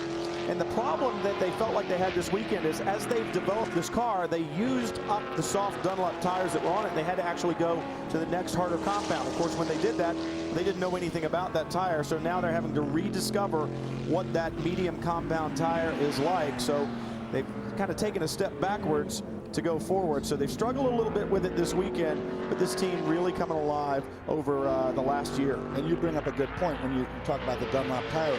We all go, trouble right in our face. Oh my, that was our cameraman doing a great job.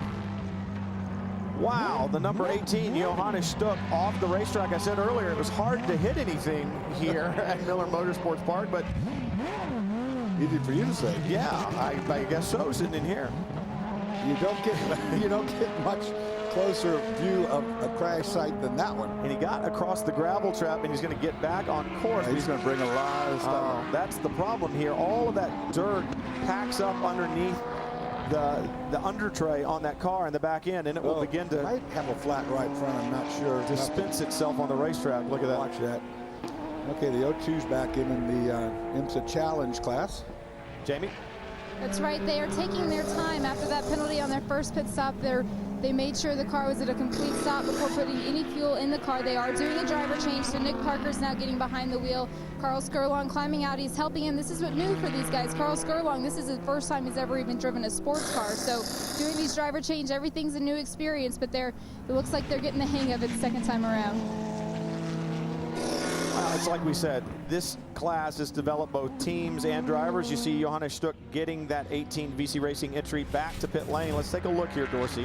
This time it won't surprise me as much as it did. Oh, just locks it. I think he might have a cut tire, Brian. I mean, that locked up pretty hard. Yeah, it's so hard to tell. Just one of the small elevation changes on this track, and he was kind of over the hill. The Rich White, our cameraman, not flinching. I got to give him credit for that. I think it would have been on the ground behind the guardrail. Right now, trying to take care of the 18 entry for VC Racing, getting their problem sorted out. That right front does look like it's down. Marino Franchitti relaxing a bit while Simon Pagenaud continues to lead. With 56 minutes to go, the leader, Simon Pagenaud, has come to pit road. This should be his final stop. They are in search of their second overall victory of the season, Justin. Yeah, well, you know, it was interesting. They immediately went into the cockpit, which I think was there's some form of adjustment down on the right, and I'm not sure why that was. I don't think that's why he came in, but certainly not something that you'd normally expect the mechanic to do with the driver. But this isn't a scheduled stop unless they're just they had a bad set of tires or something. So you see Audi pulls, they just did tires and fuel, but who would have thought they'd have come in barely 10 laps after they just went out? That's a good point, Justin, except for the fact that they may be able to get to the finish now with this final stop. They're in their window. The 9, though, flashed by, taking the lead. David Brabham behind the wheel. Remember that the 66, at least as far as the Patron Highcroft team feels, like the 66 stole that victory at Long Beach. They want it back. But remember, David Brabham, too, will have to come back to pit road for another stop. I think you're right, Brian. I think they pulled that car back in to give it the fuel. It's 55 minutes when it came in, and that's just about hit right on the head is where its fuel window is. That could be a strategy that could win this race. You know, if we get any caution, we know he's in for sure. And without question, the Patron Highcroft car is going to have to stop again. Well, that first time they did 35 laps on their stint, so that was right at about 58 minutes or so, so they should be able to do this. That'll give them a 3-minute cushion on what they did at the first stop. They were in the lead. Let's get it done. Be the first person to make your last pit stop, because you never know if it goes full course caution. If you haven't done it, you're going to have a problem. But Brabham is going to push, push, push like in Formula One. They will run it down, run the car as low as they can on fuel, make it light and go. Well, now that the strategy has been played out by the other guys, he will have to go like crazy, try to build a lead. When he makes his pit stop, he won't need the full fuel load, so it'll be a quicker fuel stop if that's all they do. But, you know, Simon Pagenaud, in my book, is magic, and he is fast. We'll see how fast in a minute. I agree with you, but the man sitting in the number 9 car right now is not a slouch at all, David Brabham. Remember, he is the only driver. Oh, there you go. 9 will be coming. Well, there you have it. That's a good call on there. They're following suit more or less now that, you know, the other cars came in and they've done their final stop. So now it's going to be fuel only. Now, remember, both of these teams looking for their second overall win of the season. Highcroft did it at St. Pete, and the DeFerrin team did it in the last round at Long Beach. Let's move back to the ALMS Challenge class. Looking back for our overall leader in that class should be the 57 of Martin Snow. Remember what a great job he has done and his wife have done, not only in this race, but all throughout the weekend. They each won their respective classes in the Patron Challenge, and now they have taken their 57 entry, put it up front in this class, and he had a close minute. It's not been smooth sailing. Well, now these guys are learning a lot. You see there's the other class car, tries to move up the inside and gets that done. However, oh, Nick Parker didn't see him there in the 0-2, almost turned in on him. These guys, you know, a lot of penalties on the IMSA Challenge guys. It's their first time in pro racing, in this type of racing. It's the first time that they've been allowed to race amongst these cars. And there's a bunch of rules that are indigenous to this class that are new, that have never been tried before. And a different tire manufacturer on this class than our overall leader, but this is a leader nonetheless. And all the teams in the challenge class running on this tire. As we go back to pit road with David Brabham, we heard him say pit this lap, fuel only. Watch for Simon Pagenaud when this pit stop's over. It's going to be close. Brabs to the mark. When he locked up the front tire, Pagenaud's by already. This should take, it should be almost a full load of fuel, Justin. It is going to be a full load of fuel, but it's interesting that Paul, the team PR manager, said to me, he said, what else can we do, man? We've got to roll the dice. We lost the last one. We felt slightly cheated, more than slightly cheated. We have our driver out there who we reckon is the best in the world against, you know, DeFerrin's guy who they believe is the best in the world. And definitely stop, David goes out. And I know it's easy to focus on Simon Pagenaud, but this is the battle. This is the future of sports car racing, and watching these two have this on-track rivalry to me is just makes ALMS the place to watch this year. You don't ever take anything away from David Brabham. I'm not saying that by any means. You've got two of the very, very best sports car racers in the world in two identical cars. It's going to be now who can really get this job done over the last, well, 50 minutes or so. Brabham, fuel only, double stinning those tires, back underway, so the battle has gone back onto the racetrack. We were talking about the American Le Mans Series Challenge class just before this pit stop. Let's head down to Jamie Howe. Well, we talk about the Green Challenge in the American Le Mans Series and the fact that these challenge cars are not competing in that, but they've got their own greening going on with Yokohama. The tire that they are using, the ENVR1, is actually made out of a orange oil infused compound. They're taking the peels, the rinds from a local juicing factory in Japan, crushing them down, getting the oil out. What that means for the tire is that there's a 15% reduction in petroleum in the tire, but there's also a street version of this that has an 80% reduction. So Yokohama doing their part for the environment, the challenge cars doing all of the testing for them here today.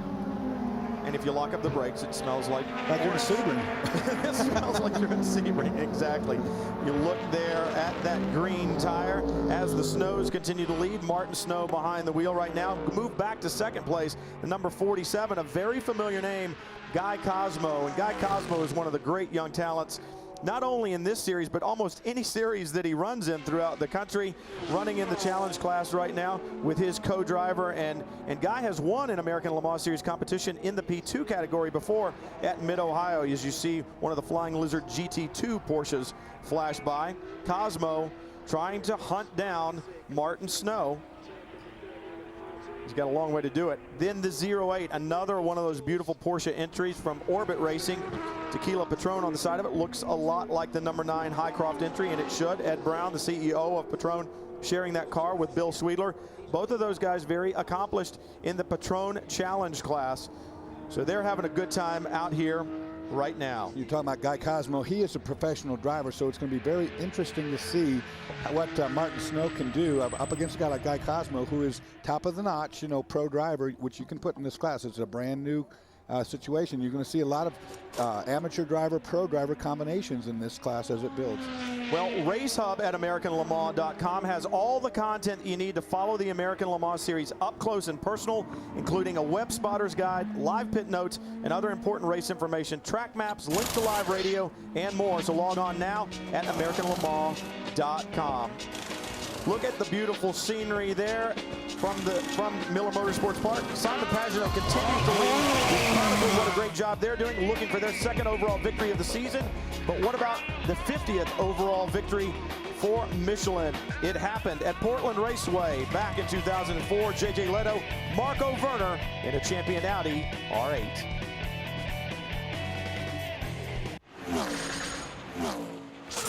Speed's coverage of the American Le Mans Series is brought to you by Mazda. On any given weekend, there are more Mazdas road raced than any other brand. And by Team Communications, brought to you by Racing Radios. We talk about what a glorious day it is here in Utah. Look at the mountains out there, the Ochre Mountain Range. I'm sure Simon Pagenaud isn't paying much attention to the scenery around him right now, Dorsey, other than the cars that he's got to work his way through. Pretty busy out there, you know, a lot of cars making pit stops and coming in and out. Simon's taking it easy. He's got a very, very good situation. Great shots from the onboard. Remember, the first time that the onboard cameras have been in high definition here in the American Le Mans Series. And David Brabham trying to work his way back to the front, trying to take the battle back to Simon Pagenaud. This car is magic. You watch it in these high-speed corners, and you can see the amount of lateral grip that it gets, somewhere, you know, up around 4 Gs worth of grip. That race car is perfect for this type of track. Long sweeping corners where you can really lean it in there. Brabham trying to fight his way back to Simon Pagenaud. Remember, we talked about, felt like they were robbed at Long Beach. They wanted to have 2 victories in a row. They never want to lose one, and they were winning on the racetrack, at least like they felt that they were, until a pit stop, and there was a pit infraction. You see the pit stop going on right here, and you see the fueler with that white helmet on. But then the new rules say that the fire bottle attendant must also have a full face helmet. Now, you know, the team argued a little bit with the nuances of the rule. You see the fire bottle attendant, he's got a motocross style helmet with goggles on, who's got full face coverage. He's got a balaclava, but it is not a full face helmet like the fueler has. That leads to a 20-second hold on pit road, and that means no victory, Doris. And they tried really hard, but, you know, that was a rule that was written kind of open-ended, and it wasn't real clear. And so since that point in time, that rule book has been amended. Now there is no question of the interpretation that you have to have a full face helmet, and that visor has got to be down. Well, and it also led the officials to change some of the rules. Goggles not in place or visors up on the refuelers or mechanics during refueling, or a person over the wall without proper attire, $1,000 fine for the first infraction. They're not going to hold you on pit lane and let you lose a race because of it. One of your guys makes a small mistake, it's not going to cost you the race. It's going to cost you some dollars. Do it the second time, yeah, then you're going to get held. And obviously you can't unfasten your safety harness or anything else on the way down pit road. Well, the difference is a stop-and-go penalty is a stop-and-go penalty. 20 seconds is somewhat ambiguous. Where does it start? Where does it stop? Yeah. What if the guy looks away for a couple seconds? Was it 20? Was it 22? You know, so stop-and-go is what it is. And when you talk about time being held in pit lane, you got to think about the fact that if that other car is out there running 100 miles an hour, 20 seconds at 100 miles an hour is lots of distance. Yeah, I mean, different racetracks, different speeds, obviously. So it's not the same penalty everywhere you go if you do a time thing, but it is the same penalty if you do a stop and go, because it's going to be the same for everybody who gets it. Yeah, and you know, that major or that minor mistake like that shouldn't cost you a race. So right now it costs you $1,000 right now for that first infraction. I think that's a pretty good call. Simon Pagenaud, David Brabham fighting for P1 and overall wins. Let's go back to Prototype 2. Butch Leitzinger in the 20 car for Dyson Racing, the Mazda power, the Lola power.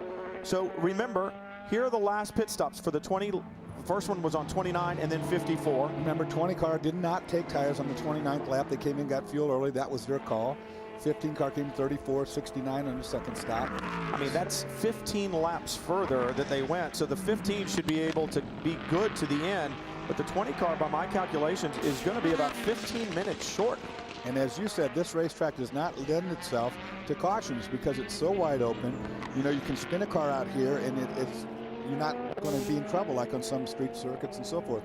So this strategy, you're going to have to see how it plays out. The Dyson guys have led most of the day. The cars are fast, but that pit stop will kill you. But faster doesn't always win the race. We've seen that. Looks like a problem for the 48. They came in on a normal pit stop, and actually Stefan Johansson got out that right now. You see Johnny Mullins behind the wheel, but the car, one of the rules is you have to shut the engine off before you work on the car. They did all that, did the driver change, and then the car would not start. You can see they've got the engine cover off and it still won't start. Remember, a normal petrol engine in the back right now, and then you've got that electric motor as well, and the batteries. Everything has to talk to each other. You may say, well, if they're not running the hybrid system, it just runs off the regular gasoline engine, so it should be fine. But remember, all of that wiring gets connected to each other, and when you do that, if there's one problem, one short in there somewhere, even though it's in the electrical side, on the electric motor side, it can still affect the gasoline engine side. And where the mechanics are working, these two guys that you're seeing right here, is exactly where that high-tech battery, that Ion lithium battery, lives in this car that would make that whole system you're talking about, the hybrid system, work. And you're right, all of the computer elements of this car have all got to be talking to one another constantly, saying everything's all right, or it will go into a shutdown, lay back kind of a mode, you know, get back. This is leading edge technology. There is the battery. There you just saw that battery come out. Now that's 48 kilos of weight that guy just lifted out of there. It sits over on the passenger side. Now it's got to be cool. It's actually an air-conditioned battery, if you will. They cool it off the air conditioner, and it's very complex. Right behind that is the inverter that inverts the kinetic energy into three-phase electricity. That's a liquid-cooled bit, but there's the battery going in. All right, if you don't think that it's rocket science, it really kind of is, and I think Steve Pruitt, who's the team principal here, can explain the rocket science part of it better than we. As I've said many times, it's if you take Alan Shepard doing the 15-minute, suborbital flight on Mercury and Neil Armstrong walking on the moon in Apollo, that's the bookends that we're at. And now we're essentially putting the monkey into the capsule, as it were, this weekend. The system will obviously be power assist. I mean, that's really the intent for it. We don't know exactly what the dynamics are in terms of energy fuel savings. We think there's certainly going to be some. We don't know what that is yet. There's a lot of computer modeling, but again, you can simulate a lot of things, but until you're able to actually put it on the track and get the data back and be able to calculate it, we don't know. So we're plowing new ground here this week. Okay, I'd like to correct myself. Up here on the wall, sitting right there is the battery, and that is not the battery. That's not the battery that runs that hybrid system. That is the battery that starts the regular gasoline-powered engine. This is a regular 12-volt battery, and not the one I was talking about, which weighs 25 kilos. This is a normal battery to start the engine with.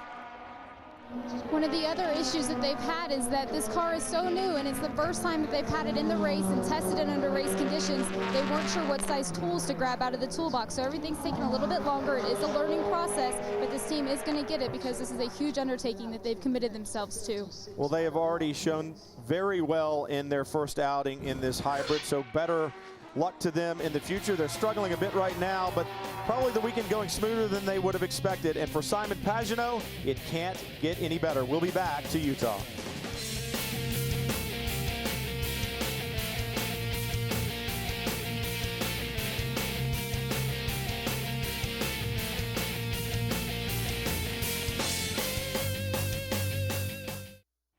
This Friday, the Outlaws return to speed. These drivers push it to the limit and beyond. It's the greatest show on dirt. Don't miss the World of Outlaws Sprint Car Series from Dirt Track at Lowe's Motor Speedway, Friday night, 8 Eastern, only on Speed. Talk about beyond the limit, man. And on the limit all weekend long, Simon Pagenaud has been just magic. He and Gilles DeFerrin continue to lead. 32 minutes left in round 4 of the American Le Mans Series. You check in on GT2, and right now it's the Flying Lizard entry, the 45. Patrick Long sharing that car with Jörg Bergmeister. Long behind the wheel. He'll drive just about anything. Well, ironically, Adams Kart Track is one of the places I first started racing back in 1990, so roughly 20 years later, and I'm back here. It's different, but I'm stoked to be back where it all started to get my first run on a supermoto bike.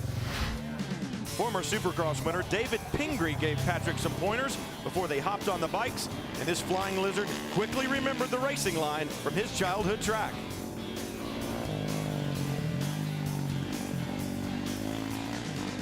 Well, first of all, it's pretty awesome showing up to this track because I remember first coming here at 8 years old back in 1990, and this place was like Le Mans. Compared to my local track, this was the place to be. Obviously a little bit spoiled now with the American Le Mans Series venues coming back. It's kind of like, all right, you know, but back it on the track, I remembered it straight away, and it's perfect to get the feel for this bike. I'm feeling it in the arms right now. I do have a little bit of what they call arm pump, and I have a tremendous amount of respect for not only the supermoto guys, but supercross and motocross where they're going through jumps and berms. I'm out there, feel like I'm kind of putting through it. I can already feel myself tightening up, but a lot like when you get in a race car for the first time, you're holding on a little tight, breathing a little harder, because it's just mentally as stressing as it is physically. It was kind of a dream realized for me just to be out there and kind of swing the bike back and forward, but absolutely just all about fun right now. I think he has plenty of fun on just about anything he rides. The motorcycles, he's doing some stock car stuff over on the East Coast. Obviously, he's got his commitments with Porsche, as he is the only American Porsche factory driver, and right now behind the wheel of the 45, leading over the 87, the Flying Lizard, or the Farnbacher-Lowell's entry, I should say, Wolf Hensler. And this team really trying to get the monkey off their back. They've not qualified worse than second all year long, but they've not finished any better than 7th. Yeah, they've not had a stellar year so far. A lot of problems, gremlins, if you will. Everybody trying to learn this brand new Porsche for this year. And maybe today will be the day, but look at that left front headlight cover. That's, I mean, obviously that's going to create a little drag, but the question is, how did he get knocked out? But look at Hensler with a great run off of that last corner, just motors right by Patrick Long. That was interesting. Oh, that was Seth Nyman. I apologize. One of the other Flying Lizard entries. That was the blue window banner there on the 44. Seth Nyman and Johannes Van Overbeek sharing that car. It's Van Overbeek behind the wheel right now. I was thinking that he had closed in awfully quickly onto the 45. So right now the 87 setting sail, still running second. There's the 62, Jamie Mello behind the wheel. That's the Ferrari that will go on to Le Mans, trying to win that 24-hour race for the second time. That would be fantastic if they could do that. These guys are a bit perplexed, Brian, because they figured this is the type of the racetrack that really would favor the Ferrari. They came here and they thought, okay, we're going to do really well. And it comes out that as they come down the straightaway, after radar trap speeds were shown, they were the slowest of all the GT2 cars here in a straight line. And that's surprising to me, too. Well, now remember, Porsche's got a new bullet in the gun this year. That is a brand new 911 GT3 RSR. And this is the same Ferrari, obviously, as we've been talking about the history on this car. The same Ferrari that they had last year. So Porsche got some updates, and perhaps Ferrari needed a couple, because we just haven't seen the speed out of the 62 or any of the Ferraris for that matter that we had seen in 2008. But right now the 62 working his way back up to third after that big problem there at the start when he was turned around by one of the BMWs. Back to prototype 2. Ooh. Around the outside. That's a brave way to go on a GT car. But Leitzinger's got enough grip on the outside of the course, but does the Porsche have enough grip not to slide out into you? And does the 20, how much fuel will they need? Maybe we should check in with somebody who should know, Justin. Well, I'd like to think he'd know. He's been certainly very enthusiastic when he got out of the car. Marino, you actually firsthand, let's talk about a good example of the effects of the altitude here. You got a cold and you got out of the car and it looks as though you'd had a hard time. Yeah, it's a very physical, fast track anyway, at the best of times. But yeah, don't worry, it wasn't swine flu, but came from the UK with a bit of a cold and it's been fighting all week. Scottish flu isn't any better, mate. Actually, I was down in London, so I think it's something English, but no, it's very tough out there. It's hard to get air in anyway, and when you've got a cold, it's not so easy. And obviously I was working pretty hard out there. So the car's running very well. I mean, unfortunately, the sister car isn't quite so well. I mean, this is your time, I think, as a team to start to come on song, and it's well-deserved. No, absolutely. The BP Mazda Lola has been fantastic. You know, everyone at Dyson Racing's done a great job this weekend. Haven't had a lot of laps, really, so it it was good to get my quota in the race and a little bit more. But well, you've got obviously next weekend your brother's out there at the Indy 500. Are you going to go and watch? I'm actually Nürburgring 24-hour next weekend, so I got to get ready for that and be there. But so the family goes from you doing 133 corners to him doing 4. All right. Yeah, absolutely. I tell you what, I don't know which is scarier though. Well, I know. If I was in his seats, I'd rather be in yours. So it's nice to be with Marino. Good luck. We really hope you're going to get on the podium strong this time. Thank you very much. Fuel still an issue here. By our calculations, the 20 will have to come again. The 15 will not. So will their lead in prototype 2 go away? We'll have to see when we come back to Utah. Round 4 of the American Le Mans Series. Pagenaud continues to lead.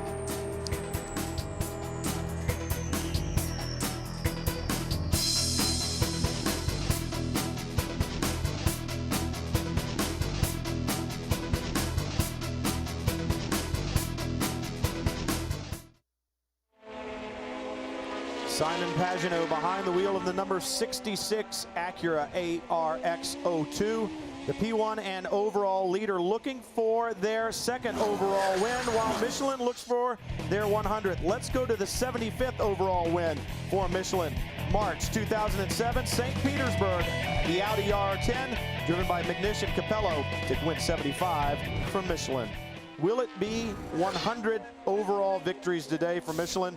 Once again, Michelin on this Acura right now that Pagenaud wielding around this racetrack. And the 45, the leader, the Flying Lizard Porsche, Patrick Long behind the wheel. They've had the lead Should be him down into 1. Should be able to get him down into 1. You hear the crew, I believe that was Tommy Sadler saying, or perhaps that was Thomas Blom saying, you should beat him down to 1, talking about the traffic that was behind him. Patrick Long now back underway, fuel only on that stop. Correct, that's all they did, came in, they had a measured amount of fuel they needed to get to the end. They went in, did that only, and he's on the way, and did beat him out in through turn 1, so in good shape here, Patrick. Wolf Hensler in the Farnbacher Lowell's 87, continuing to run second, then Jamie Mello. That is the top 3 in GT2. And much like the DeFerrin team, this Flying Lizard team has not put a wheel wrong all weekend, Dorsey. And when you watch this car, particularly when we watched the onboard from Bergmeister on his qualifying lap, it looked a lot like this, like a Sunday drive. You don't see a lot of fighting of the wheel, nice and smooth. This car is working. Jorg was actually begging to do a second lap. He got that on the first lap, and he wanted to do a second one, thinking he could do better. And they said, no, just come on in. This car has been on a rail the whole time. So I tell you what, that was a timed pit stop for him, and when the 20 comes in, which it should be pretty soon, it's going to be time for them too. And the least amount of fuel they can get, the better.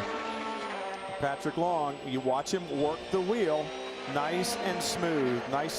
So having a great run of it here. They want to make it 3 wins in a row for the 45. Remember, they won at Long Beach, they won at St. Petersburg. They want the team championship, and they want the driver championship as well. Let's go back to prototype 2 category. There's Butch Leitzinger in the 20. We understand a pit stop should be coming, and very soon. And it'll be a time stop for fuel. They're not going to fill this car. We've got about 20 minutes left to go right now, and about a 39-second lead over the 15. So they've got the long run down pit road, Dorsey. 10 seconds of fuel is what we understand. It'll be interesting to see if they, A, hold the lead, but more importantly, even if they lose it, can they get it back? Can they race them down? We'll know soon. They're going to come on. They're going to take 10 seconds for the fuel. For Butch, he's got to shut that down right now, get on the speed limiter, and the crew have got to be perfect. There's the 15 right now. Running second in class, Adrian Fernandez behind the wheel. Going down the straightaway, down to Clubhouse Bend. He'll have 3 more corners to get to the front straightaway. Leitzinger, stop, fuel going in. See the stick that the crewman has, Justin? Yep, right now that's just gone over 10 seconds from the minute the guy put the fuel in. This is incredibly tight, and they've done a beautiful stop here. Off it goes. I said to Rob, I said, can you do it? Can you get out and take the lead? And he said, you know what, I hope so. We don't quite have Formula One style data. Now 15 has taken over the lead in the prototype 2 category. You see the silver and blue 15 of Adrian Fernandez. Then Butch Leitzinger on his way out. But remember, You hear him say, go get him, Butch, go get him. Remember, the 20 has had the legs. They've got the horsepower. The 15, you talked about it, Dorsey, has the handling, and we got 19 minutes left to go. The lap time has gone to the Mazda. Butch Leitzinger is expanding that lead when he had to pit up to 39 seconds. Watch him go now. You heard his father say, go get him, Butch. He can see him. If he can see him, the race is truly on. Well, and that's just what you want as a driver. When you can't see that other guy in front of you, it's hard to chase him down. But when the rabbit is there and you see him and you pick up little bits at a time, it just makes you that much more hungry. Right now, Adrian Fernandez has his work cut out for him. For Fernandez, he's got to hit every one of these marks in the infield. That's his advantage. The Acura is better on these corners. He's got to nail every one of these corners. For Butch, he's got to do the best he can do and get clear runs on that straightaway. Don't let anybody get in his way down that straight. We talked about it from the very beginning. Two very different types of cars. Right now, the 40 in front of him, some slower GT2 traffic. Doesn't look like he was held up. Two very different types of cars and chassis. Two different types of engines. One turbocharged, one normally aspirated. For Butch, he can't be held up coming onto that straightaway. He's got to get to the throttle as early as he can possibly do. On the other hand, the Acura needs not to be balked on any of those high-speed corners where his car is so much better. Chris Dyson watching on, a little bit nervous, I'm sure. And, you know, not only is it a different type of car, a different type of engine, that leads to that very different strategy that we saw. 2 stops for Fernandez, 3 probably required by the Dyson team, but they could have backed that fuel off, saved a little bit, and gone on a 2-stop strategy. But they went the other way. I was about to just go there with the mapping button, because right now both of these teams, I'm sure, will have been told to go to full power, give it everything you got. And now you've got to hope that the strategic call, if you're in that Dyson camp, was 10 seconds of fuel enough? Did we do our calculations correct? Bob Leitzinger giving him the split on that lap. It's frustrating. They both know what their job is to do. They both know where their strong points and their weak points are on this circuit, and then there's traffic. Well, that's just it. Where do you catch the traffic? If you catch it down the straightaway, it's not an issue. If you can put traffic between yourself and your competitor, that's what you want to do. Use them as a pick. We won't know until they cycle by this time. As you see the Dodge Viper Coupe up there is one of the traffic things we're talking about. Until they go by, we won't know who turned the best lap of these two. Fernandez held up just a little bit. You see him, he's worked past the Panos. Now, perhaps Leitzinger going to catch this GT2 car where he doesn't want to, and that's turns 13, 14, and 15. Hard to get by somebody there. That's why you have to really read this traffic. Look way out in front of you. Unless you do that. He went around the outside. They can do that. They got enough grip on these cars to do that. But, I mean, the trick is to look way out in front of you and to see what you have to deal with and know what you're going to do before you get to it. And here comes your interval, 2.8 seconds and some change. Back to Butch Leitzinger, 2.834 seconds. So it looks like he gained about 3/10 on that one lap. Oh, and now so you can't get held up. That hurt him bad right there. That's the thing I'm talking about. And you know, when you look to that ALMS challenge car, he has no choice. He had already committed. He was on the apex. He can't just disappear, Justin. I wish you had the camera on it. Rob Dyson's on the wall. He's got his stopwatch in one hand and he's waving on like it's a jockey on the front straight of the Kentucky Derby, just to say to his driver, come on, you can catch. Now what we're seeing, obviously, with this very, very tight fuel windows and things in this fuel strategy, this is almost an application of technology and math that we haven't seen in sports cars for a long time. This is racing at its purest edge, and it's bringing in a whole new dimension. And for Rob Dyson, perhaps, you know, one of the older school guys, it's a new type of, you know, thinking. They've got to be very accurate on all their calculations. So we'll see this unfold, but those drivers are up for a great show. Well, it's like we said, did they put the right amount of fuel in? Was 10 seconds enough? Did it need 11 seconds? Do they have the speed? Rob Dyson watching his team battling on, trying to take the Prototype 2 victory as Simon Pagenaud leads overall from Miller Motorsports Park. Coming down to the wire for round 4 here in the American Le Mans Series. Make sure you missed it.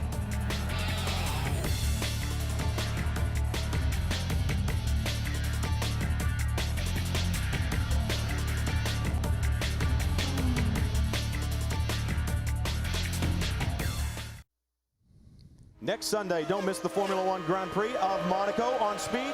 The royalty of Formula One returns to the playground of the rich and famous for the most prestigious race of the season. the world will be watching, and so should you. The Formula One Grand Prix of Monaco next Sunday live, 7:30 a.m. Eastern, only on Speed. That's awfully early in the morning.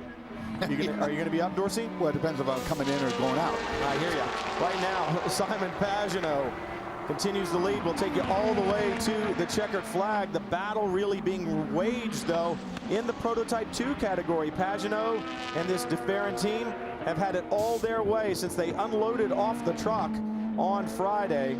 This car has looked like magic, and Pagenaud and DeFerrin both doing their jobs very, very well behind the wheel. They changed the setup right before Pagenaud made that qualifying run, and it has put this car just that little bit one step ahead of the other Highcroft car. They just haven't been able to get the same setup. This one's really good. Trouble here with the 08 going slow in front of him.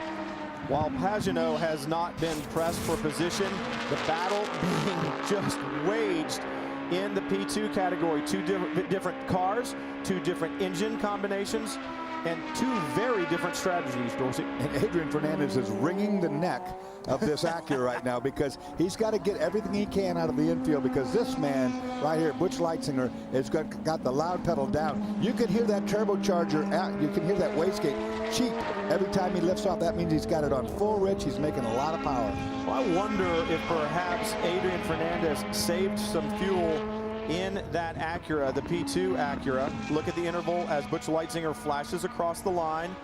Here it comes, 3.698 seconds. So right now, Fernandez pulling away about 0.8 of a second over the last several laps, and some of it may be due to traffic.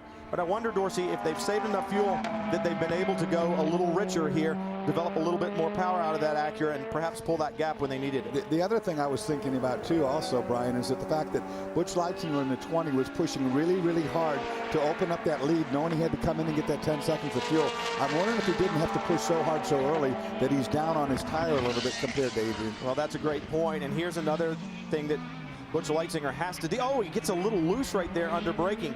He's got traffic, and he always seems to catch the traffic at the wrong time. But this Dyson team has 2 bullets in the gun, and they may actually have an advantage out on track. Yeah, because the 16 car, the sister car to this car, is out in front of Adrian Fernandez. Right now, he's out there about 7 seconds. So when Adrian catches him, is the 16 going to slow him up? That's something we're going to have to watch for. That would never happen. No.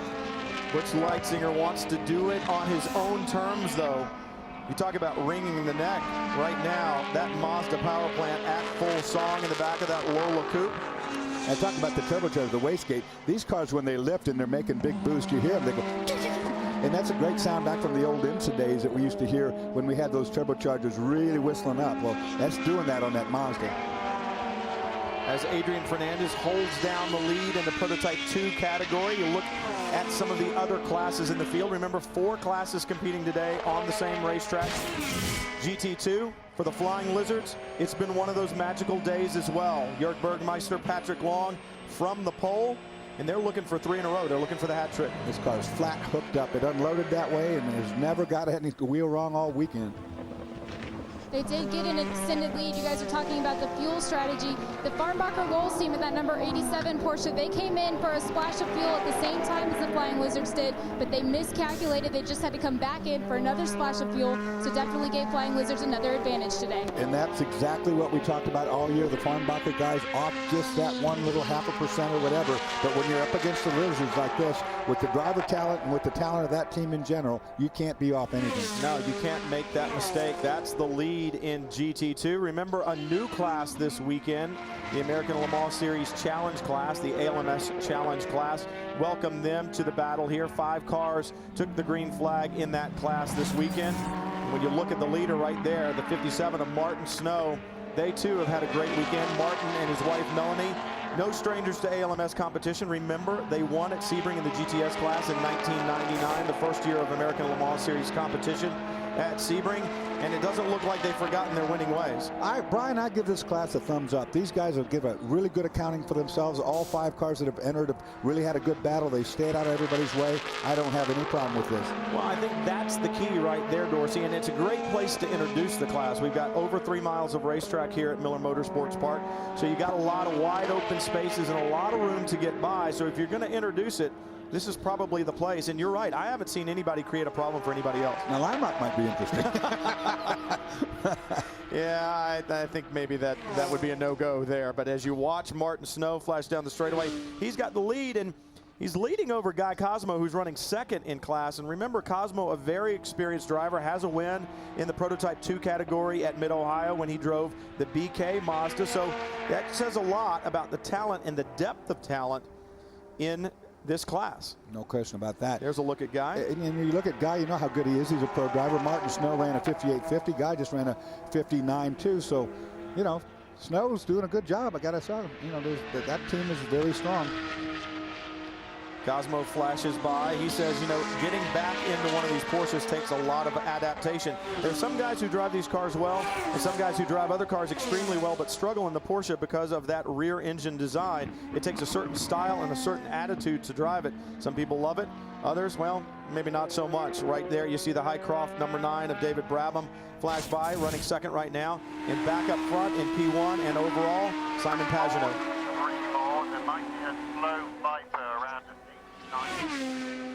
Spotter telling him about the Viper up here, a slow one. You know, there it is. That's the. What happens when he stops on course with 3 minutes to go? Butch smiles more. Well, but I don't know that they could get the field gathered up, even if they went full course caution. You just heard a no power. He's not in a bad place. You see him, he's offline, quite a bit offline, and he's past the turning and the braking mark for that corner. And then, depending on what IMSA decides to do, whether they want to just leave him there with 3 laps to go. There's the safety vehicle over. And while Joel Feinberg has had bad luck this weekend, it seems to have continued a bit. He's done a great job. I mean, he's kept his wits about him and said, you know what, I'm going to get this thing as far out of the way as I possibly can. And hats off to Joel Feinberg for making a good move right there. Now, we talked about catching the 16 car and the second bullet in the Dyson gun. Well, here we go. Adrian Fernandez now on the back of the 16, being driven right now by Guy Smith. And that's what I was looking ahead to. It was 7 seconds before. It's now right there. And it wouldn't take much slowing up before the 20. You would be right all over poor old Mr. Fernandez's tail. So the gap was about 4.5 seconds the last time by at the line. So if you're Guy Smith, if you're going to play that game, how do you hold him up and not bring out the ire of the officials? Because you know that Bo Barfield, the race director, is going to be watching that saying, I don't want to see any games being played out there, guys. You got to be pretty clever not to get caught. There's still a long way, 2 minutes left to go. And there's Butch Leitzinger. He's a long way back. I don't think he can catch him on his own without any help.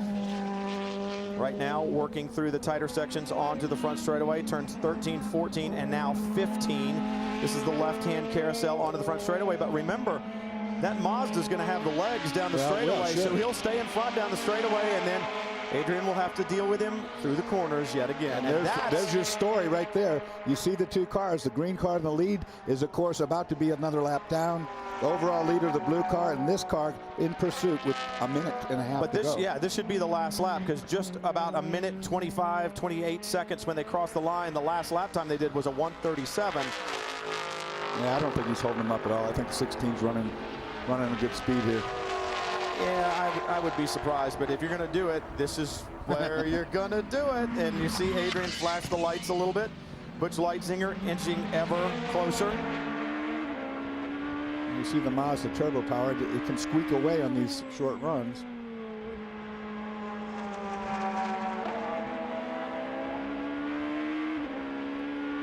The leader will get 1 to go, so these guys will have to do 1 more lap, it sounds like, as they head through the very fast right-hand sweeping corner up into what they call the attitudes, turns 8, 9, and 10, that little left, right, left. One of the few places on this Miller Motorsports Park where there's an elevation change.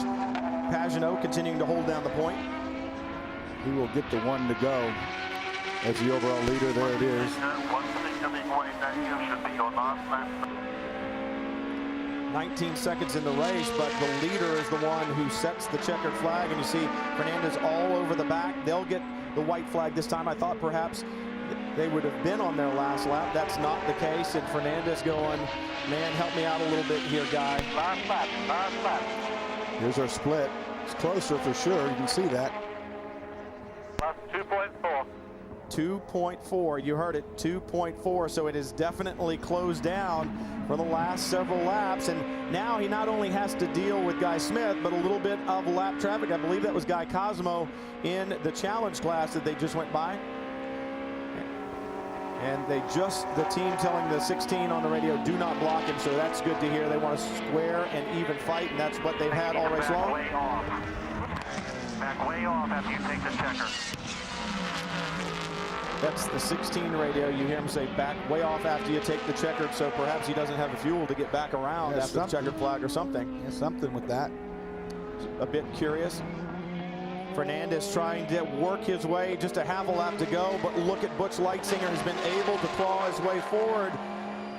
Don't block him, but did you hold him up just for a 1/10 of a second here, a 1/10 of a second there? I don't know. And will Leitzinger have enough to get there as Pagenaud comes through the last set of corners? It's a long way from turn 15 to the start-finish line, and this will be a drag race for that win.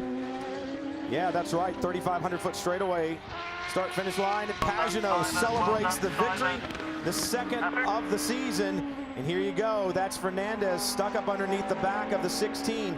2 corners to go. The right-hander here. Look at right on the back, and look at Leitzinger has closed up right behind him as well. Smith looks to carry good speed, but look at Leitzinger with the run. Remember, the turbo power in the Mazda. Will he get it done? Fernandez trying to draft his way to the line, and he does. Adrian Fernandez, the strategy, it pays off, and he takes the victory in the Prototype 2 category. We'll be back for the champagne and the celebrations from Utah right after this.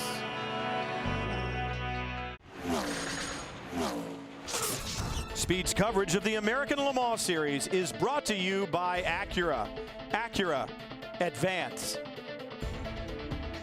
Well, some days as a race car driver, you just have one of those magical days. Dorsey, I know you've had them. I've had them as well. But for Pagenaud and DeFerrin today, it was definitely one of those magical days. Yeah, and it started the other day when the qualifying in just 3 laps that I've never seen the likes of. Let's head straight down to Victory Circle and Justin Bell.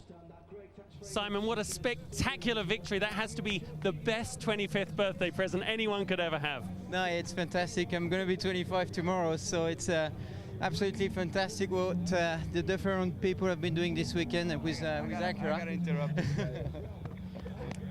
He did everything, but he did everything though.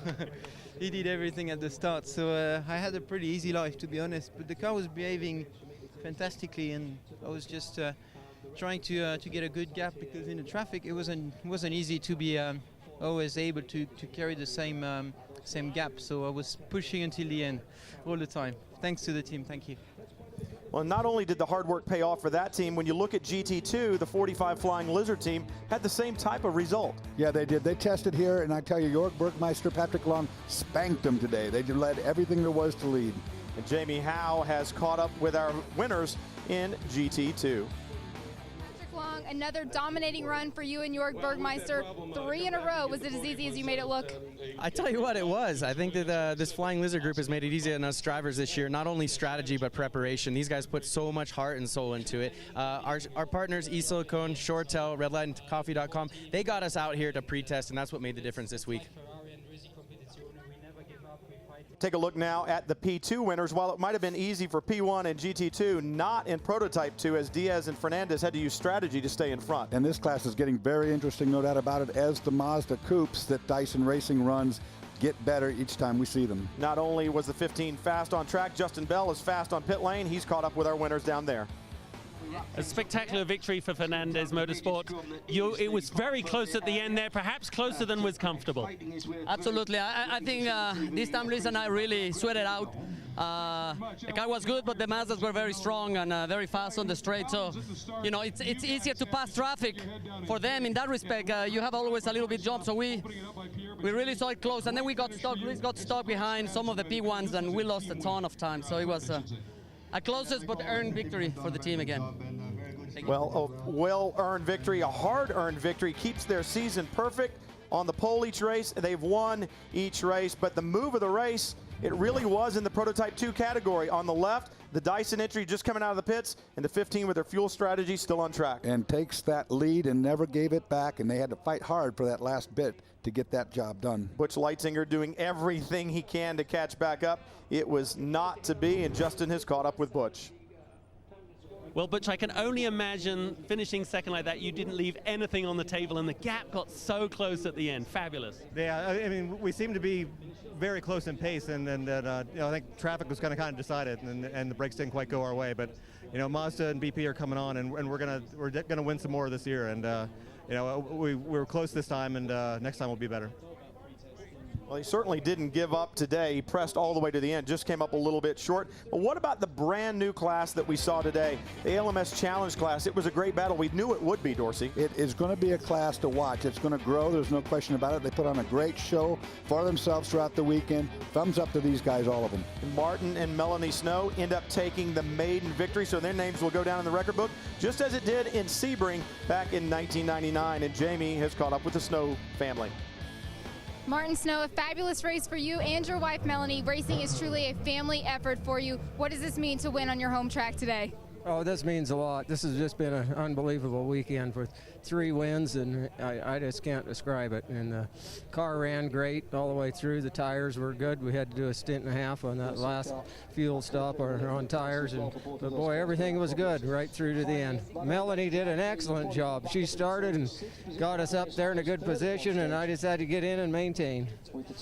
I don't think it was quite as easy as he made it out to be. He's won 3 races this weekend, 2 in the Patron Challenge and then the ALMS Challenge. What about the Michelin Green X Challenge? We talked about the greening of the series. There are prototype winners from today. The 66 takes it in the prototype category. Remember, how far do you go? How much fuel do you burn? What kind of carbon footprint do you leave? You see GT2 there, Farnbacher Lowe's wins the war over the Flying Lizards. Not the race, but certainly they did win the Green X Challenge. Well, Dorsey, as you look at round 4, as you leave here, what comes to your mind? 2 things for sure. A brand new racing class and a new chapter in the history of P1 racing as a hybrid did in fact start this race today. Yeah, and when you look at Michelin, their 100th overall victory in the series, and we talk about different manufacturers, and we like to talk about chassis manufacturers and engine manufacturers, but if you don't have the tire underneath you, you can't get the job done. Michelin obviously has gotten it done. Coming up next, when you think about sports cars, it's 24 Hours of Le Mans, June 13th to 14th. Don't miss it. It'll be right here on Speed. Coverage starts at 8:30 a.m. Eastern Time on June 13th, and we'll be there. It will be awesome. But after Le Mans, the Northeast Grand Prix from Lime Rock, that's where you'll see American Le Mans Series competition right here on Speed on July 18th at 2 p.m. Eastern Time. Coming up next on Speed, The Grid. For Jamie Howe, for Justin Bell, Dorsey Schrader, I'm Brian Till. We've certainly enjoyed bringing you round 4 of the 2009 American Le Mans Series. Make sure you catch every lap of competition, and you'll see it right here on Speed. So long, everyone.